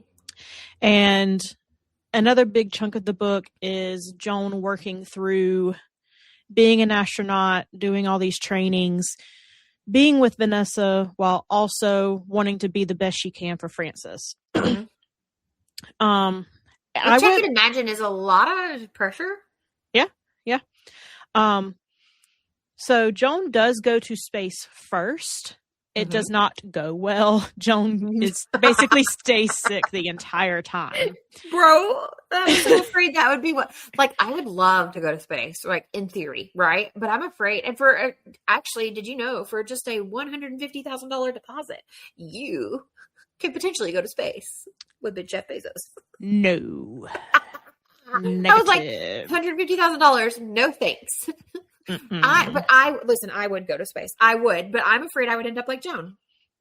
She stays sick the entire time. Really, the only thing that keeps her grounded is thinking of Frances. Not even Vanessa. It's Frances. She just thinks about Frances and how she wants to get home to Frances and talk to her about everything going on. Frances is her first love. To me, it very much is a mother-daughter love story. Yeah. In that aspect, it is. And you know what? Now that I think about it, and I didn't think about this the entire time reading it, because again, we said the book is called Atmosphere, a love story, right? Yeah. Technically, one of the love stories that happens is the entire, life story between Franny and Joan, who are supposed to be aunt and niece. Which I will say, in my opinion, I think Franny is way more like Joan from like interests. I don't want to call Barbara dumb, but like school was not her strong suit. It wasn't what she was interested in. And I think Franny is like, she wins like a essay writing contest. I think there's something about a science fair. Well, so hold on. Let's back up a little bit. Okay. So Barbara marries old dude whose names I forget right now. I forget his name too. Supposedly, because we only get Barbara's word on this. Allegedly. Yeah. Frances and new husband don't get along. Barbara claims that Franny just like flies off the handle at anything. She has a horrible attitude. Joan tries to reason with Barbara quite a bit, saying, well, you've introduced this man to her very quickly. She's trying to adjust. Like they meet and get married within like less than a year. Like this is all very fast. And then they're only married wrong. Like I will say nothing wrong with that, but you have a small child involved, and it seems like she didn't take how Franny would feel into consideration one single bit. No. Or how this would affect Franny one single bit. No. And then Barbara also claims that new husband is like trying to do all these things to make Frances's life better, like buying her all new bedroom furniture and redoing her bedroom. Right, but he's trying to. That's not how you get a kid to like. Well, it's not how you get Frances. I'm sure there are some people that you can do that for and that work. But Frances is not one of those. Like we said, she's a lot more like Joan. She's very grounded. She wants human connection. Time. Yeah, she wants quality time. That's her love language. You can tell little Franny's thing is quality time. Yes. So Barbara gets this bright idea about 2/3 of the way through the book to send Frances to a boarding school halfway across the country. I yeeted my book. And Joan tries to reason with her, was like, you don't have to do this. There's other ways we can deal with this. And Barbara's like, no, it's already done. Like, you have no say in the matter. You're not her mother. And that wrecks Joan. Well, you know. Rightfully so. Rightfully so. And here, I won't go on a tangent about it. But what I will say is, you have leaned on Joan this child's entire life. You have gone to Joan to help you with everything with her. Which at this point, Frances is also, 13, 14 years old? When she goes to boarding school? Maybe. I don't remember if they say exactly how old she is. Maybe not quite that old. Maybe like 10, 11? I don't remember. I don't know if they ever actually say. Because I think she's like 4 or 5. She's old enough to talk when Joan gets selected for NASA, because she tells her, she's like, are you going to still come see me? Like, can I still spend the weekends with you? Like, Franny's asking, because she realizes that Auntie Joan's not going to be there every day anymore. But I was so angry because, so you go to her anytime you need something with her. And you normally, like, this is the person that you always are like, well, she basically throughout the entire book up to this point is like, basically like, well, you handle her then. You deal with her then. Like, you figure this out with her then. For her to be like, well, you're not her mother. And she's not, right? But it was she knew the knife she was digging when she said that. Yeah. Like, she knew what she was doing. And I also got angry because that at this point we realize, or we learn, and I may be jumping ahead, so I apologize. But when she made the comment of like, well, he never wanted children, and he said he would try to make it work. Yeah. Listen, I don't dislike him. I actually don't. Because this is all Barbara's fault. It's all Barbara's fault, number one. And two, like you said, what we're hearing is from Barbara. So were the explosive fights between him and Franny that big, or were they between her and Barbara? Yeah. Like her saying like, you need to be nicer to him. And he's like, well, I tried. And he walks off because he seems like a pretty reasonable person. Like, he seems like a chill dude. Right. Especially like the whole, like, he pats her on the shoulder and he's like, you know, invite whoever you want to be your wedding guest. We would love to have whoever you want. Like, he understands. Like, he's like, oh, we're going to have this cookout at our house. He lets Franny invite her friends over. Like he does try to do things for Franny. I don't think he knows how, right? Yeah. I think that's what it is like, he doesn't know how to be a dad. Like, he's never been a dad. He doesn't know how to be. And I think Franny doesn't want to be a mom is what it is. Well, and by that point, like we said, we don't remember how old Frances was when they got married, but she's like an older kid. Like, it's not like he's getting like a baby or a toddler who he can like develop a relationship with pretty quickly. She's already a fully formed human with her own personality, her own thoughts. So he just probably doesn't know how to deal with that. Right. But at the same time that Barbara says we're sending Frances to boarding school. She's 10. It says she's 10 years old when her mother plans to send her to school. Prompting what we're going to talk about to happen. At the point where she says, hey, we're sending Frances to boarding school, she also promptly says, oh, by the way, me and old dude are going to Europe. We won't be back. The way she does it though, she's like, we have a trip to London. And then I think the way she says it, Joan is like, why are you going to London? He has some interviews or he has some meetings. And she's like, why does he have meetings? Like, she knows what's about to happen. Yeah. And I'm sorry. Do you know how angry I was when I found out she left her child at school? Because listen, I'm sorry. That whole conversation about she wants to stay at school. I think Franny said that because she realized her mother didn't want her. Yeah. Well, she doesn't want to be an afterthought. No one wants to be an afterthought. No, that's what it is. I meant to say that earlier. Franny not only loves quality time, she wants to be seen and she wants to feel wanted. And Joan makes her feel wanted and seen. And I'm sorry, but her mother does not. No. She does not. But when she was like, come on, it's Thanksgiving, not Christmas. She'll be fine. I was like, excuse you. She left her daughter, guys, she leaves her daughter at boarding school and come to find out she's the only child that gets left at boarding school over Thanksgiving.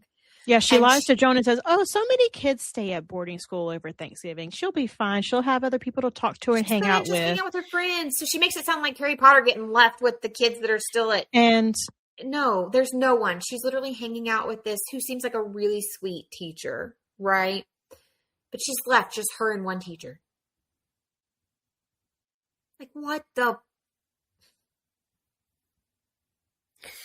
You know, I think you're muted. You are correct.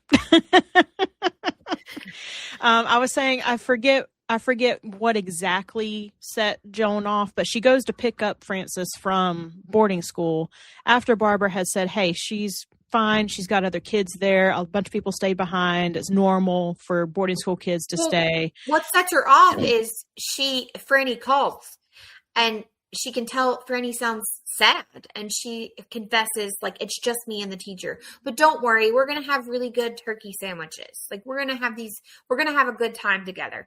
And Joan is like, no, baby girl, it's okay. Like, give me a moment, basically. Like, she doesn't say it that way, but like, so she goes over to Barbara's house because they haven't left yet. Because she's like, no, Mom, and whatever his name is, because he's kind of insignificant. Like, we're going to call him Paul. His name's Paul for now. It may actually be Paul. But like, she like gets in her car and goes over there, and she beats their door down till Barbara answers. And Barbara is basically like exasperated. And was like, what do you want? I am trying to. And they get into this huge argument where she's like, oh, you make it sound like I just abandoned her. And I was like, you did. You did. Daniel. His name's Daniel. That's not what I thought his name was at all. Anyway, I don't blame that man. I really don't, because I don't think it was him. I think it was all Barbara. Because I also want to know, when they were going into their room at night, what was Barbara saying to Daniel about Franny? Yeah. Right? Like, I think Barbara is the problem. This whole book should have been like, listen, if this book had been about Barbara and her antics, like, you know what I'm saying? Like, anyway. So that's what prompted it, is because Franny actually calls, because she's been, it's been leading up to, Franny keeps trying to catch, because she's told her, you can call me anytime you want. And Joan keeps coming home to these voicemails like, hey, Auntie Joan, like, and she keeps missing her. Yeah. And finally she gets her, and she's like, no, I'm by myself. And she's like, excuse me, what? And that's when she goes over and she basically beats down their door and is like, what the is wrong with you? Well, and then Joan demands that Barbara sign over custody to her.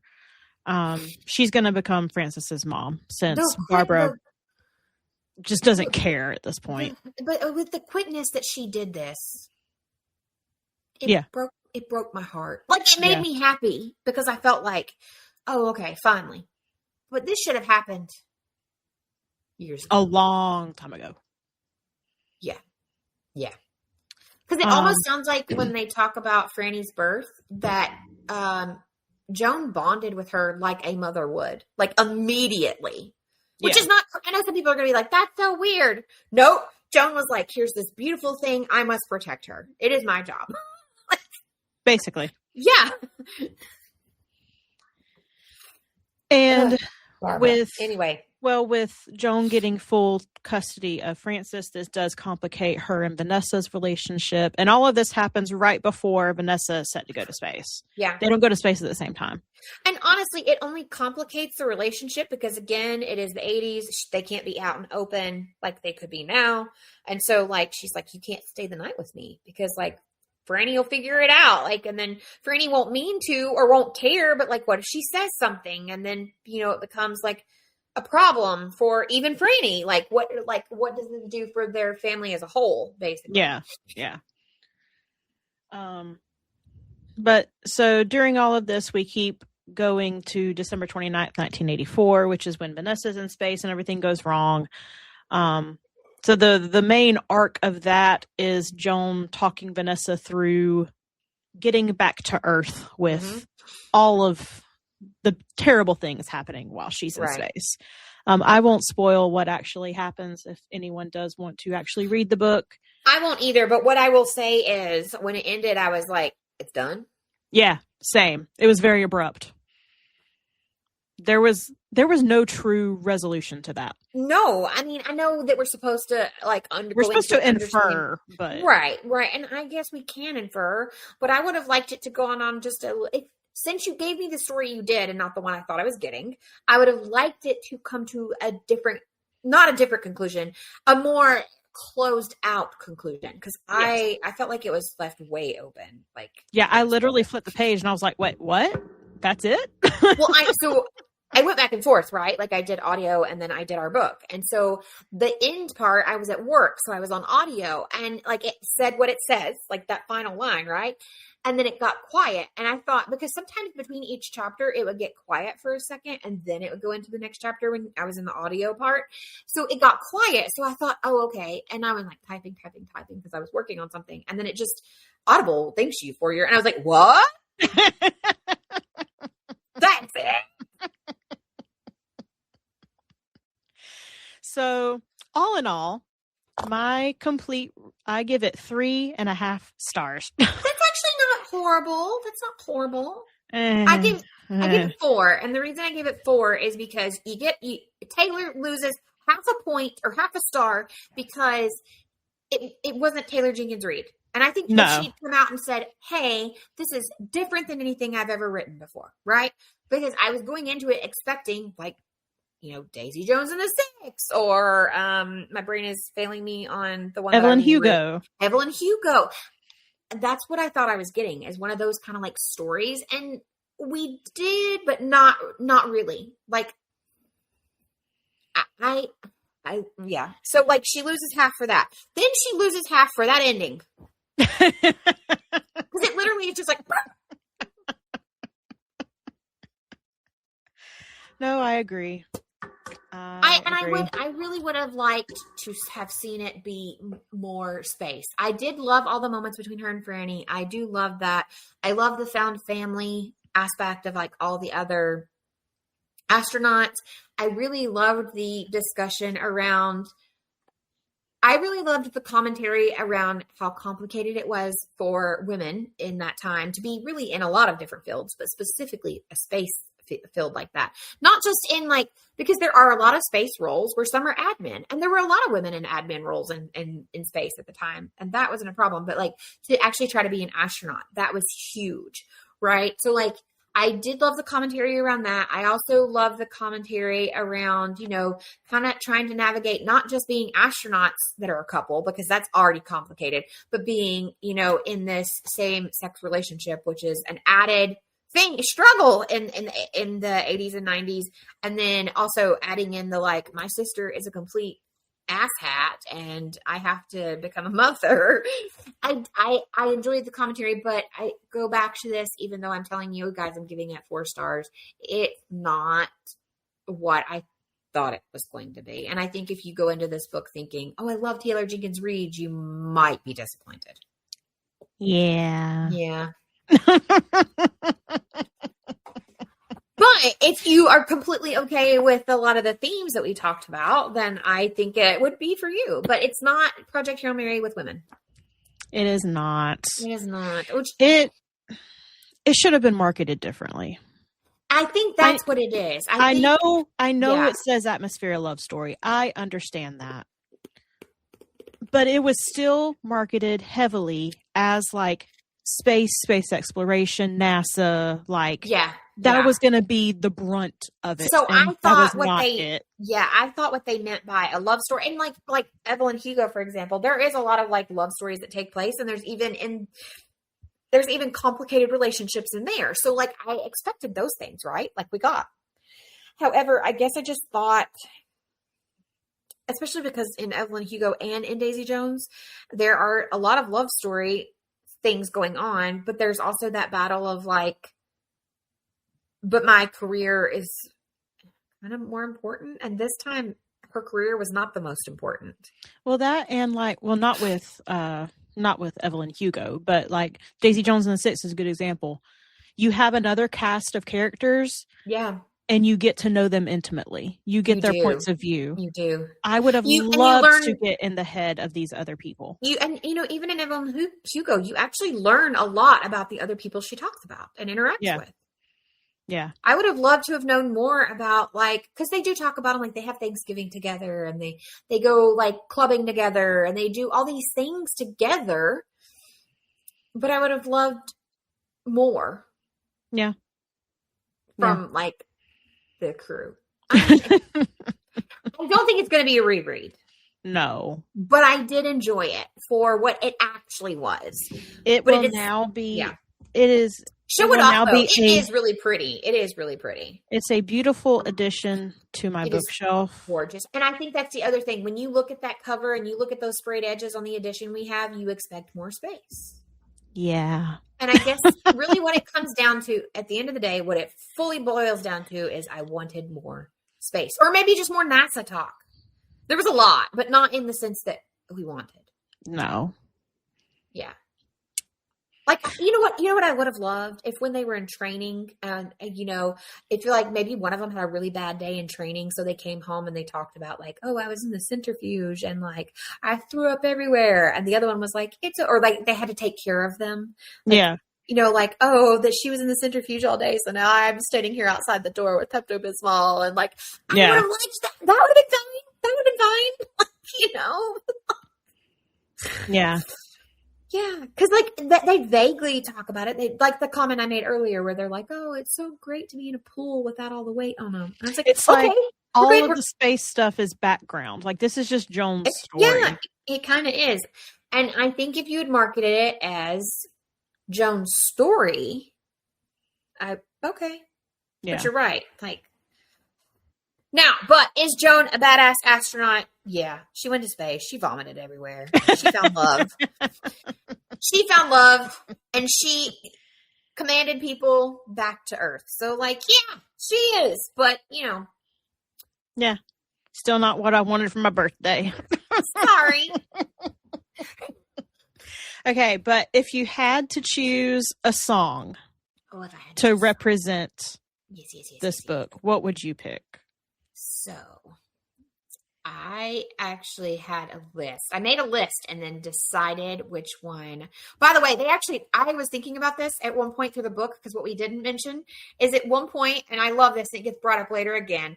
They all have a conversation about what is the best space song.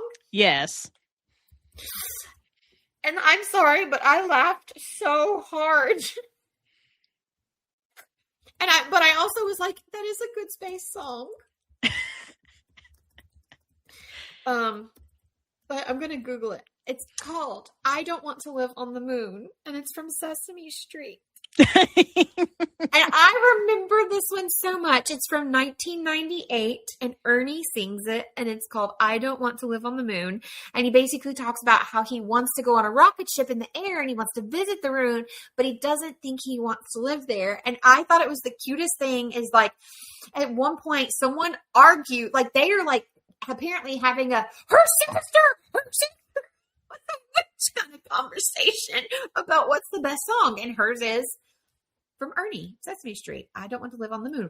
The only problem I have with that is my understanding is the song didn't come out until 1998. I was about to say that comes out too late, so there's a continuity error there.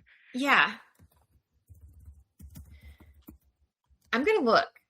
Okay. Well, while you look that up, I am going to be very basic and say Rocket Man by Elton John. Okay. So, this song was actually written and made its debut in 1978, a decade after the show premiered in 1969. It was first sung by a Muppet, Ernie, in episode 1910. But I think maybe what happened is maybe it was redone in 1998 because I remember it from the 90s. Okay. So, not a continuity error after all. Okay. My bad.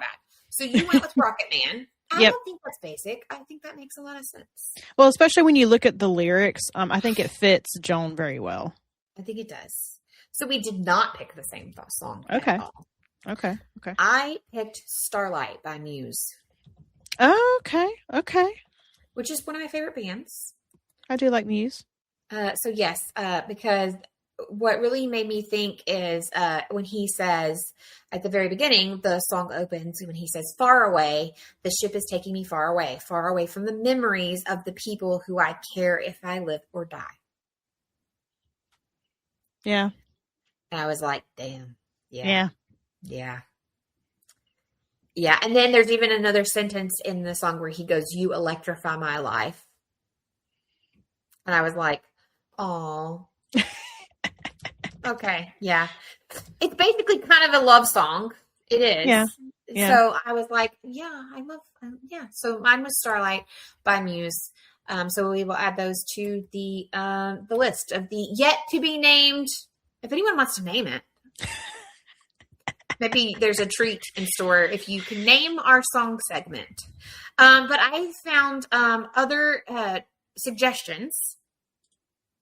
Well, so the Taylor Jenkins Reid / her publisher, they have their own playlist for Atmosphere. It's on Spotify. I did not know that. Yes. Okay. Evidently, these are songs that Taylor listened to while she was writing this book. I was unaware of this. Okay. So that is there on Spotify if anyone wants to peruse. Other good suggestions that will not be on the song list because they were not the picks, but Drops of Jupiter by Train. Yeah, that's a good one. That's a good one. Or Cosmic Love by Florence and the Machine. I don't know that one. I'll have to look it up. There were some other suggestions when I Googled because I was trying to like think of different songs and all of a sudden I picked mine. I've never heard of this one, but somebody said Space Song by Beach House. And maybe I have heard it and I'm just not picking up. But then do you remember, I actually think it was in, was it in the second Twilight movie? The Satellite Heart. Yeah. I love that song. Yeah. I thought of that one for a second. That'd be a good pick. So pretty, so smart, such a waste of her young heart. Yeah, I was like, oh, damn. Yeah. But no, I stick with my thing, so I will add them to our list. So okay. So that is our final thoughts on Bianca's pick for the month, Atmosphere by Taylor Jenkins Reid. My question is, did Taylor make you mad enough that you would not pick up the next book she puts out? Because we know she's going to put out more. So, yeah, no. Or would you be leery? Would you be I'm like, still going to read her? No. Same. Just because I've read Evelyn Hugo, Daisy Jones and the Six. I read the one about One True Loves. Is that what it's called? Yeah, I've read Malibu Rising. Oh, yeah, Malibu Rising. In the Six, Seven Husbands of Evelyn Hugo, and now Atmosphere. I have not read Carrie Soto is Back or I did read that one too. One True Loves. And then One True Loves is heartbreaking. I'm just forewarning you. Yeah. Did you? So she has a couple others. She has Maybe in Another Life, After I Do, and then Forever Interrupted. Have you read any of those?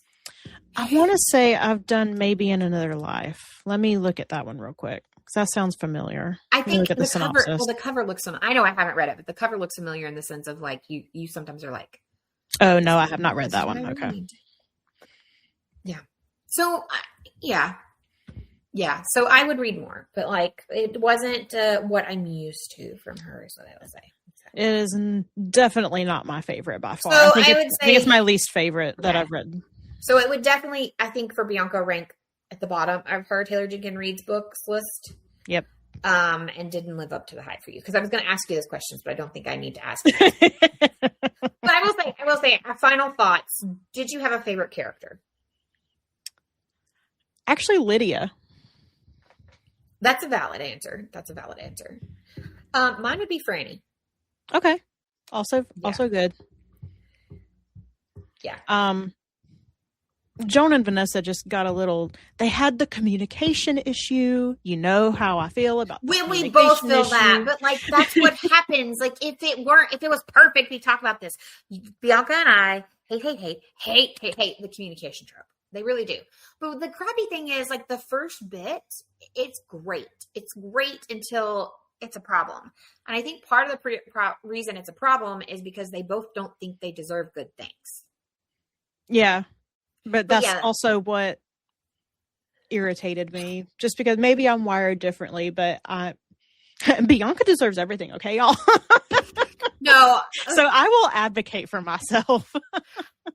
I have been that way for the last 5 years, but prior to that, especially in like romantic relationships, and I have a great relationship with my husband, so I don't want anybody to be like, wait, what? We've been married 21 years this year. I think we're doing fine. But even prior to him, I had a really hard time thinking, like I had some very bad relationships in my past. And so I went through a huge chunk of time thinking, even into my marriage, like, this is good. I don't deserve this. When's it going to go bad? This is good. I don't deserve this. When's it going to go bad? So I did understand that and get that and was like, okay, but this sucks because everything is going great, guys. But I guess you have to have a problem. It's like Hallmark. If they didn't have a problem halfway through. Yeah, that's true. But I wish the problem would have been just they could have had other problems. Not well, that they one. already had other problems. They already had like the Franny problem, and then they had the like, you know, the whole like reminder, like, you know, you signed a, you know, morality clause. Like they already had problems, Taylor. They didn't need that. Yeah, they didn't need this one added to it. No. Okay. So That's that. we are going to do a mid-year check-in since we are halfway through 2026, which kind of breaks my heart to say. Oh my God. I don't know how we're already halfway through this year, Miranda. Well, not only are we halfway through this year, but in 9 days, I will have a 20-year-old. Yeah, you will. So we're halfway through 2026, and in 9 days, I will have a 20-year-old. I don't know how to feel about all this.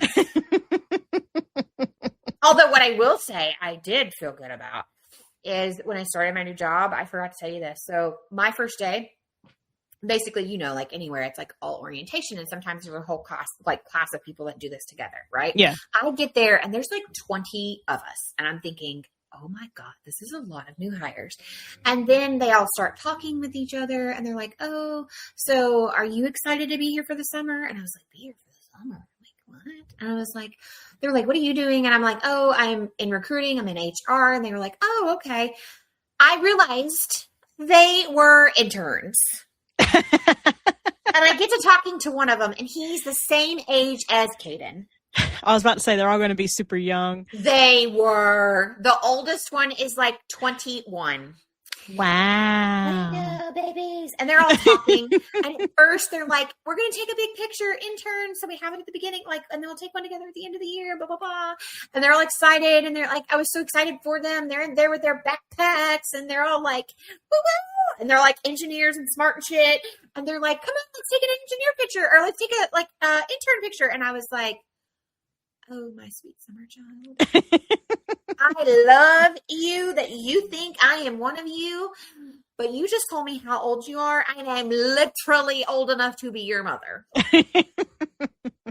So that did make me feel pretty good that I was like, look at me. But, yeah. So, yeah, I have now been at my job for almost a month. It has been halfway through the year, and I will have a 20-year-old. And all those things have me really in my feels. So I guess let's dig deeper and see what books we feel. Yeah. Well, first, so I have a goal of 52 books. I always do a book a week.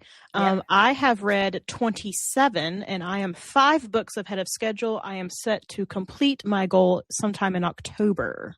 Nice. What is your goal and how many have you read? So my goal was, here's my reading goal. My yearly goal.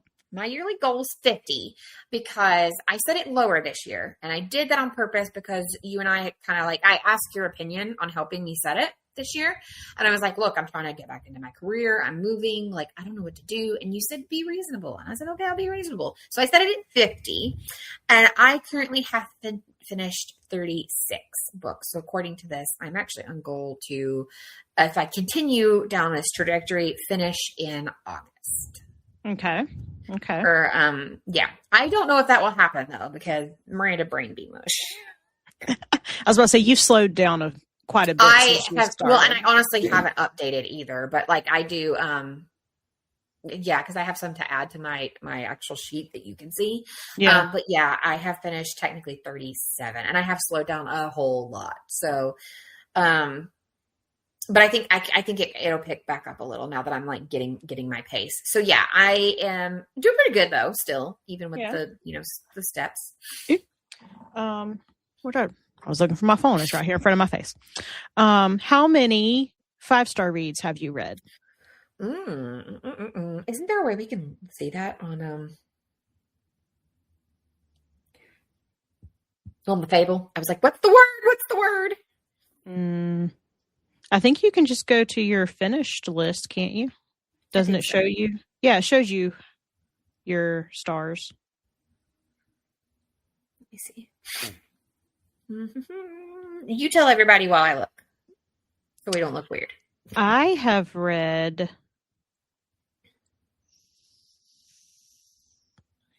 4 5-star reads. And I'm going to make a new little thing in our show notes, Bianca's 5-star reads, and I will list them for you here. Okay. The Will of the Many. I have Project Hail Mary, which should not come as a surprise to anybody. Not at all. Long Live the Pumpkin Queen. Thank you, Miranda, for making me read that. I thoroughly enjoyed it. Welcome. And you know what? That is one of mine too, so you don't have to list as many for me. That was one of mine. Long Live the Pumpkin Queen was on. So you can put our name beside and Scythe. Yeah. Which was a reread. Scythe and Hail Mary were rereads for you, which you have also given 5 stars prior as well. Yes.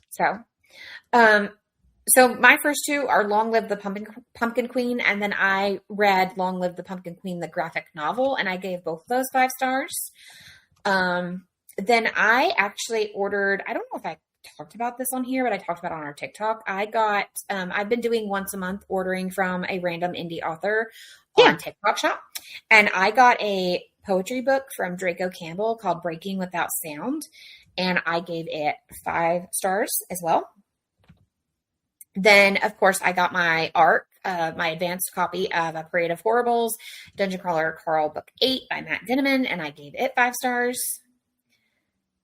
And then I have another graphic novel that I gave 5 stars to, and that was the Mr. Ballin Presents Strange, Dark, and Mysterious. And my last one, which actually is a space book as well, it's called Chasing Space by Leland Melvin, which is his autobiography. Yeah, you talked about that last time. That's the one with him and his dogs on the cover. Yeah, the dogs on the cover. It's like a classic. Everybody, even if you don't know him by name, like everybody's seen that photo. It's fantastic. I love it so much. I want to put it on my desk. You know, it would be befitting for where I work. And then not to call out, like, particularly bad books we've read, but we have no shame in that. Come on now. What is your lowest rated book? Oh, my lowest rated book according to my stars here. I'm trying to go through and see. I think I only have one 3-star, and that is surprisingly a Riley Sager book, which I love Riley Sager, but this one just didn't hit for me. I'm shocked by that, actually. I know. Bianca's lowest rated is With a Vengeance. Oh, I know what my lowest one is. Never mind. I was like, wait a second. Why am I scrolling? I already know what it was. Which one? You can guess. I'm trying to think. Woman Down. What did I give Woman Down? I don't remember. I'm trying to scroll and see. Oh yeah, I gave it 4. Just because I knew what to expect going into it. You didn't. I didn't, and it doesn't matter. It sucked. Doesn't matter. I think I was not. I gave it 3 out of being nice, but really, like, Yeah. I'm sorry.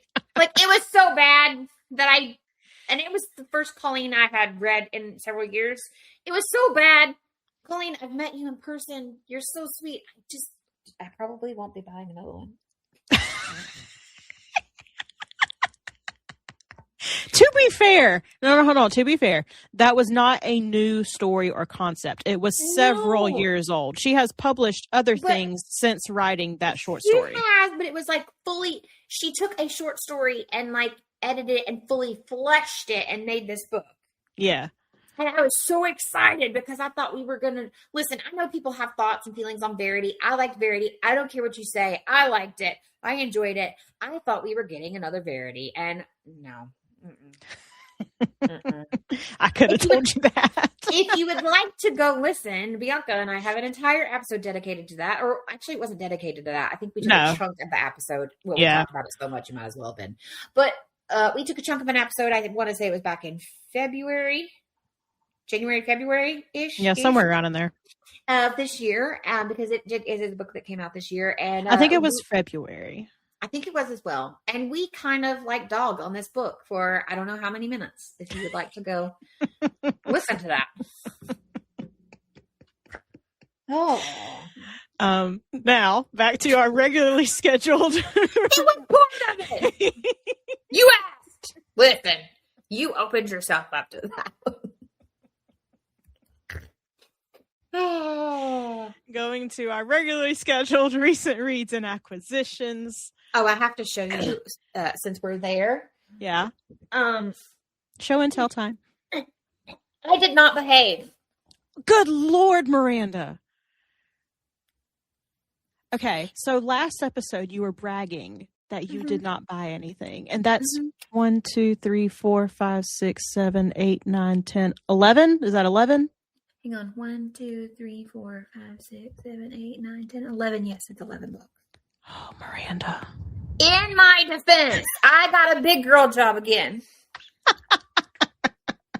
Also, in my defense, a lot of these are from the used bookstore here in town. They had a special Pride event yesterday, and my mom and I went to support them because they are such a fantastic bookstore. And my mom has an obsession with Second and Charles, and she doesn't have one near her, and she came down for the weekend, so we also went to Second and Charles because also Caden is applying for a job at Second and Charles, so he wanted to go talk to them. So in my defense, and then like a couple of these are from the convention we went to last weekend, which I'm about to tell on you in just a second about that convention. But anyway, so you know what I'm going to tell everybody, aren't you? Yeah, so I won't make you type all these out, but yeah, I didn't behave. Okay, hold on. Pick your favorites. I know which ones. No, I know which ones. I just wanted to show you the stack as a whole. Miranda's recent acquisitions. I'm going to break this up. We're going to have a lot of lists. Well, my reads are really low, though. Okay. Well, So tell me your recent acquisitions. So when we talk about this one specifically, I got this one when we went to the Birmingham Con. And the author of this book, Martina M. Sneed, she was there talking about her book. And what's the name of that? This is The Ink Slinger. Ink Slinger. Yes. So what sold me is Martina herself is a Army veteran. And her main character is also a military veteran. And she she's a former soldier turned writer, thought her battles had ended when she left the military. But when she inherits a mystical pen, she quickly learns that her war is far from over. This pen doesn't just write, it transforms ink into reality. And now it's the only weapon standing between her and the dark forces trying to erase the truth forever. And she's trying to avenge her sister and expose a corrupt city. So the lady told me, the author, Martina, was like, her way of like, sorry, my brain just went dead on the word, like advertising it or like promoting it is former military veteran turned writer, Marvel-esque, avenging her sister from a corrupt group of people. And I was like, sold! I haven't read it yet, but she is on Instagram and TikTok. And I told her I would talk about it once I did read it, but it is on the recent acquisitions list. So there you go. That's one of my favorite purchases so far. Okay. There's that. Then I will go with one of the books. I'll pick out one that I got from Second and Charles yesterday, which, by the way, I only spent $20 at Second and Charles. Like that's a good job. I got 1, 2, 3, 4, 5. 5 of these in my stack came from Second and Charles. Okay, and I only spent $20. So I got this one. It's actually a book of the month one that somebody brought in. And it's called Dark Sisters, and it was genuinely the cover. I mean, does this scream Miranda or what? Yes, it does. It does. So, it's by Christy Demester. Sorry, it's in the weird. Like it's D, little E, big M, Eester. And it says, in this fiercely captivating novel, horror meets historical fiction. I didn't even read any further.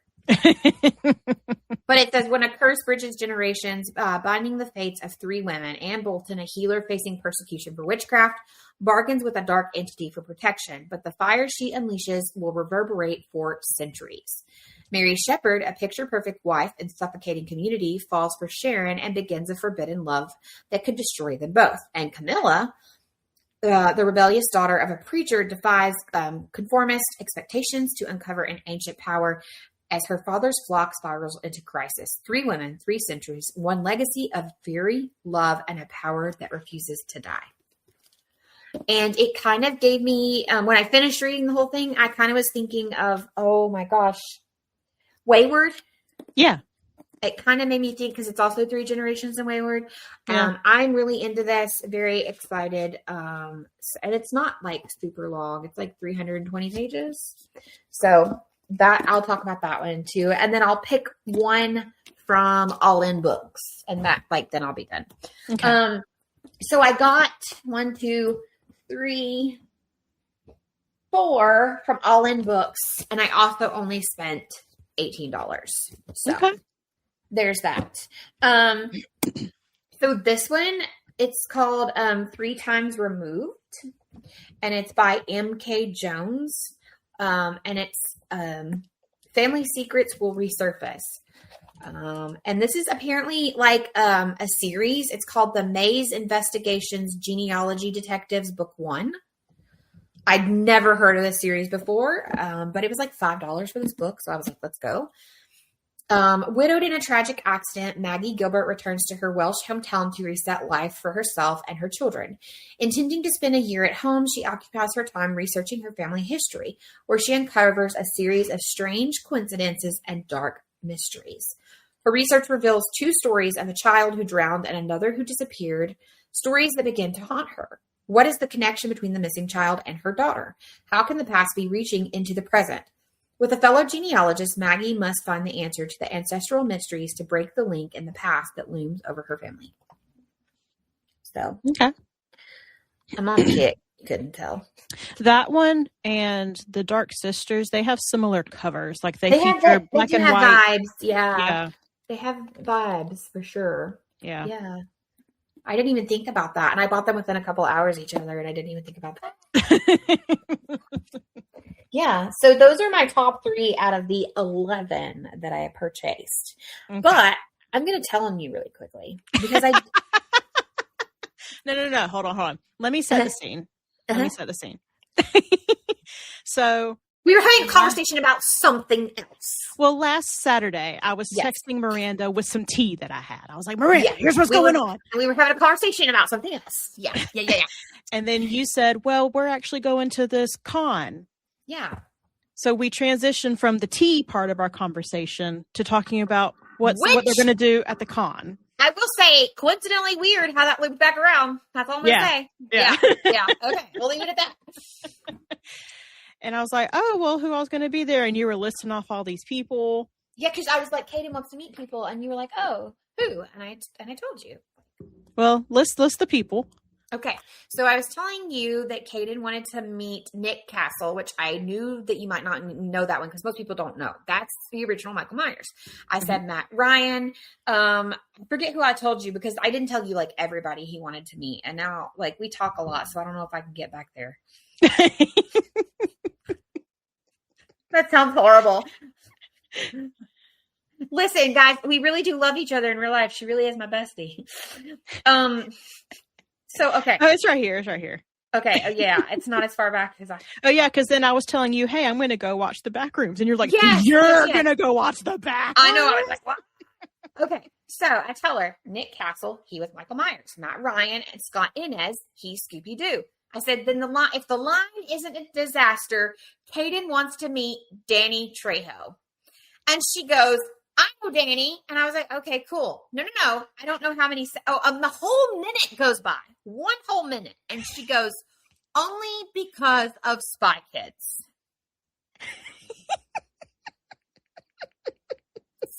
And then I send a Spy Kids gif. And in the middle, I don't see her response. And I'm in the middle of typing. And I tell her like, oh, I knew you'd know that one. Kaden also wants to meet this guy because he was Constantine from Legends of Tomorrow. And then I went, wait, is it really the only reason you know him? So I have to tell you this because I waited to tell you this on air. So we actually got to meet Danny Trejo. His line was not long. He is the most adorable man ever. And that is not how I know Danny Trejo. I'm like lifting off things he was in, by the way, to Bianca, guys. I was like, Machete? Just a dog? And she's just, I can see her face. She's like, no. No. Well, once you said you said, I just immediately think Machete from Dusk Till Dawn. I said, oh. Well, no, Machete from Dusk Till Dawn is a movie. Machete is another movie. Oh, okay. Well, yeah. I was like, hey, his nickname in Spy Kids is Machete. So now I know why. Well, yeah, because if I'm not mistaken, it is his nickname, like for real. But it is one of his most famous fictional characters, Machete. No, he's the kid's uncle in Spy Kids. Oh my god.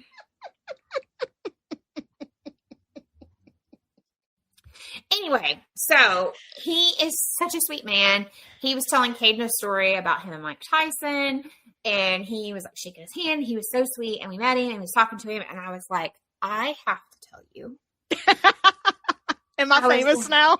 You are. He was so sweet. And I was like, I actually have to tell you, because we were talking about, he was asking Caden, Caden was telling him, the favorite things that he has done, his favorite things that he has done. And I was like, but I have to tell you, one of my best friends, I text her that we are coming to meet you. And I did not get the response I thought I was going to get. I said, she has decided you are the original and best uncle because you were in Spy Kids, and that is the only way she knows you. He cracked up laughing.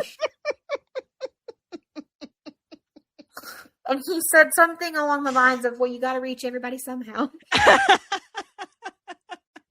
So yes, Danny Trejo officially knows that Bianca only knows who he is. He doesn't know who Bianca is because of Spy Kids. I'm glad that warmed his heart a little bit. He actually is genuinely one of the sweetest men. Oh, ever. I can see that totally in real life. He was so nice. Yeah. Wasn't he also in an Iron Man movie? Or am I thinking of someone else? He may have been. Now I've seen all the Iron Mans and my brain's going. Who's the main villain in Iron Man 2? Well, it's not Danny Trejo. Oh, that's Mickey Rourke. Just kidding. Yeah. Mm-hmm, okay. Mm-hmm. Yeah. Okay. Now, Danny Trejo has voiced characters in comic. He's been comic book villain character voices. He was Bane in Young Justice, and there was a Phineas and Ferb Mission to Mars Marvel crossover that was so good, and he's Venom in that. Oh, okay. Yeah. But yes, Danny Trejo knows that there are people in this world that only know him because of him being the best unk in Spy Kids. Yep. He will always be the best uncle. So, okay. Honestly, my only recent reads are Atmosphere, and I reread Dungeon Crawler Carl Book 8 again because the audio came out, and you know how I feel about the audio of those books. Yeah. The audio dropped when the book actually dropped, and so I had already read it in getting my advanced copy, but I redid it in the audiobook format because I feel like it's just chef's kiss, you have to. So honestly, that's all I've reread. I love Amanda. Well, I mean, unless you want to, consider all the onboarding paperwork I have read, Girl, and no. the NDAs. Listen, I can tell you about all the client notes I read. Not on air. No, I know. And I could say things to you about work, not on air as well. But I had to when you're signing an NDA, you kind of got to read it. Yeah, that is true. What am I agreeing to not do? Yeah. Who am I agreeing to not tell things? Because I know people are probably why is she being so vague about what she's doing? She said space, but that's it. Because I'm not. You yelled so loudly that it cut out, but I get the point. I said because I signed an NDA. Oh, okay. Yeah. Okay. I acquired this many books. Not as many, but they're chunky. 1, 2, 3, 4, 5. 5. Yeah. 5. Okay. Yeah. I'm currently reading one of them. The Ending Writes Itself by Evelyn Clark. I almost bought that. I really it was right. I almost had it. So you need to let me know if I do need to go get it. I'm halfway through. I'm thoroughly enjoying it. Okay. Evelyn Clark is a made up name. Mm-hmm. It is comprised of V.E. Schwab, who is one of my favorite authors, and Kat Clark, who, sorry, Kat, I've never heard of you before in my life. This is my first introduction to you. I honestly feel like when they announced this book, we talked about it briefly and maybe looked up what she had written before because neither one of us had heard of her. Well, evidently she and V.E. are like besties, and they talk about that in like the little intro of how they came up with this book. So I'm liking it. It is a unique concept. The premise is that this really famous author dies before he's able to complete his last book, George R.R. Martin, and they get 6 authors together on his private island. Whoever writes the best ending that the publisher approves of wins. They get like a bunch of money and a publishing deal. So it's very cutthroat would be a good word for it. Yeah. But you also get different points of view from the various authors that are there. And I like that because they are I love that. vastly different people who write many different genres. But I mean, if you want to have the best throwdown, that's kind of the way to do it. Yep. I mean, honestly. Next is The Library of Amorlin. This is a gorgeous book. It is a fantasy. I had not heard of this book. I hadn't either, but anything about a library, I'm going to read about it. Just Well, so I mean, y'all yeah. know. But it has a little thing from Sarah Beth Durst in it.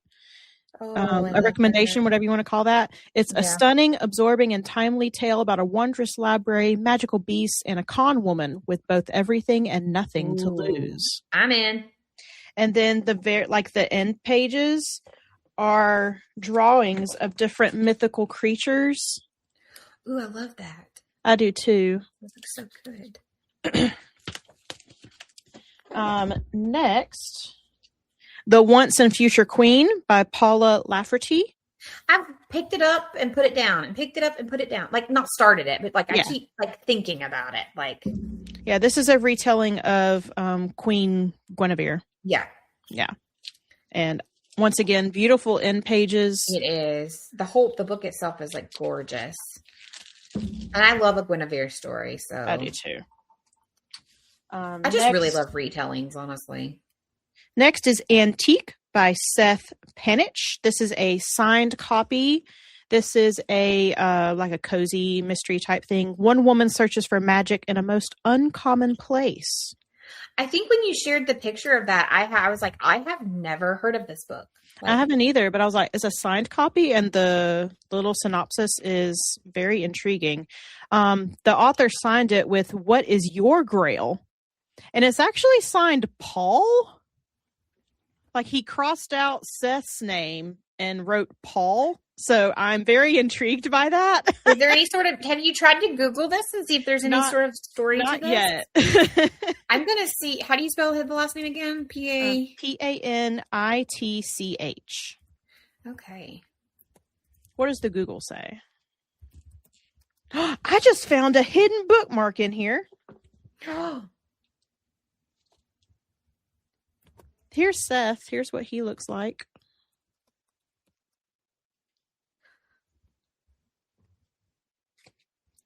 But yeah, for some reason, it just says, "What is your grail?" And Seth is crossed out, and it says Paul. I'm like, okay, maybe that's where I got Paul from for atmosphere. No, genuinely, when you said it, I was like, oh, that sounds right. Have you? Well, maybe you haven't read it yet, so maybe it's something. I was like, maybe it's a thing. Itself. Yeah, I don't know. Because other people have Googled this, but I am not finding an answer. Oh, Like, so okay. Well, no, when I went to type it, you know how it's like It autofills. It autofills, and I was like, because the main character is not even a man; it's a woman. So that's why I was like, well, Paul's not even like the main character. So I don't know. I guess I'll see. I'll report back once I find out. yeah. And then my last one is Catherine, a retelling of Wuthering Heights by Essie Fox. This is a gorgeous book. absolutely stunning. We love her. I think we all know that Bianca did not like Wuthering Heights. No, she did not. All those characters were insufferable. They were all very full of themselves. No one knew what the heck they were doing. I still say if they would just get out of the cold swamp marsh and lived in a better climate, everyone would have been in a better mood. Right. But this reimagines Catherine's story. Sorry, Babe just came in and scared the crap out of me. I have Widget in here with me, so yeah. But this reimagines Catherine's story in a different way with a different ending. Obviously, I hope she does not die halfway through. So, we'll see. Yeah. Those are my acquisitions. Some reads that I want to mention.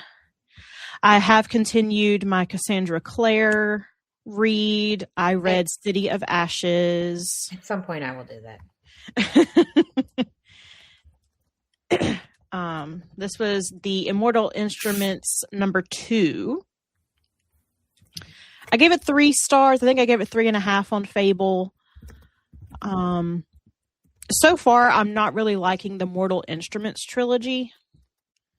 It is not my favorite. I much preferred the other 2 over this one. And I think it's just because you can tell these were technically the first that she wrote. And it just reads rough. I found out why he signs her book like that. Oh, okay. Tell me. So a few possibilities that are being thrown out there is that Paul is a character from Antique, maybe. And then it was signed. The signing is like fun. Like it's a fun, like inside joke. Okay. Okay. Yeah. So that's the gist right now. Okay. Okay. But yeah, I'm not really liking this Mortal Instruments trilogy. It's not. Really? It's not for me. I mean, I will continue reading like the entire series, but so far I liked the other 2 trilogies better. Vengeful by B.E. Schwab. Oh yeah, yeah. This is the follow-up to Vicious, which I highly praised on this podcast. I really loved it. I loved the follow-up. The 3rd one comes out in September. And I have a feeling that Bianca may be requesting that day off so she can go to the bookstore and pick it up and read it. Which one is that? That one's going to be, what's it going to be called? Hold on. What's the villains number 3? I forget what she has titled it. Victorious. Yeah. Okay. But if you liked Vicious, you're gonna love Vengeful. And then another one that I want to mention that I just finished yesterday is And Now, Back to You by B.K. Borison. She is the one who wrote I see it in my head. Come on, Goodreads, give me the title of it. I know what you're trying to say. She's well known. Like people really love her style of writing. It's considered romance, but they're very cute, fun, quick reads. First time caller. That's it. I was like calling. So technically, this is a series. It's called the Heartstrings series. First time caller is number 1, and Now Back to You is number 2. You can read them independently. But if you read the First Time Caller first, the characters in that book do play prominent roles in And Now Back to You. So I feel like you would appreciate it more. The 3rd one she just announced, I think it comes out in February. It's going to be called Long Time Listener. And I'm about to click on it and see who. Yeah, this one's going to feature Maggie. I was hoping it would. So Maggie is the radio station manager, basically. She runs everything. And there was a bit at the end where Maggie was like a good character. Like she was in there a lot. Mm-hmm. So I was like, ooh, maybe that means that this next book is going to be about Maggie. And it is. Yay. I'm so excited. But they're super cute, little light reads. I read it all together. Like, it took me a week to read it, but I read it in like 3 sessions, so it's easy to breeze through. Mm-hmm. There are some spicy moments. I want to let everyone know Bianca read a spicy book. I'm very proud of you. Did I skim until I Absolutely knew it was done? Did. No, Yeah. I know you did. I'm not an idiot. I know how this goes. But they're still really cute reads. This one is very tropey. It's one room at the hotel, kind of enemies to lovers type thing. So if those are your chosen tropes, you will enjoy it. Any miscommunication? Not really miscommunication, just more misunderstanding, I would say, because there is a difference. There is a difference. I will give you that. I would say this one's more misunderstanding. Okay. But those are the ones I want to mention. Miranda, can you say what's going on in the... Wait, no. Hold on. Wait, no, what, huh? My brain short-circuited. If you want to see what all we got going on behind the scenes and what we're up to, or even just some funny stuff that we come up with, be sure to follow us on the social media, Bells with Books Podcast on Instagram and TikTok and the YouTube. Absolutely. Follow me personally at Style and Freak on the chosen platforms. Type in at Mom's a Nerd. Miranda will pop up anywhere. Pretty much. I think you can Google mom. It's not just, I'm just like, well, I've gone by this username for a very long time, even when I used to have like a blog and stuff. So you can actually Google Mom's a Nerd and you just pop up. You're there. I do just pop up. Mm-hmm. But what all's going on in the Place to Be Nation world? We do have a great show that has been doing really well. It is a daily show. We have one that is for Video Jukebox. I've talked about it before, but we have a movie review podcast of the day. And I am one of the people that are as part of the movie reviews, and they've been going really, really well. Randomly, we had a huge spike over the last 2 months of people from Asia. So hello. Hi. Hi. And that's like across Place to Be Nation. So we're like, ooh, what do we do? And then I will say, it was kind of funny, when they did my background check, I got, the lady called and they offered me the job and she was like, hey, I just want to let you know, I really loved your Scream review. So I was like, thanks. But you put yourself out here like this and that's, what happens. So, Scream is one of the, movies that I have reviewed. Recently we will be covering, the Toy Story as well soon because, the new Toy Story coming out. We're going to go through the entire franchise. We do have that going on. I think there's a hold on tournaments right now just because there's so much work that take place over on the Play Speak group on Facebook, but we should have a new one coming, I think late summer, if I'm not mistaken. And of course we have the website there if you would like to go and find any back catalog of articles, shows, all of the things, not to mention that Place to Be Nation Pop Experience does have a separate from me and Bianca YouTube where you can go through the entire catalog of shows and they are broken down in playlists where if there's a specific one you wanted to find, it is there. So that's what we have going on at the Place to Be Nation. Is there anything else you would like to tell the boys and girls for your lovely month of June? So sad you didn't like your book. It is your birthday. Any additional information you would like to give everybody?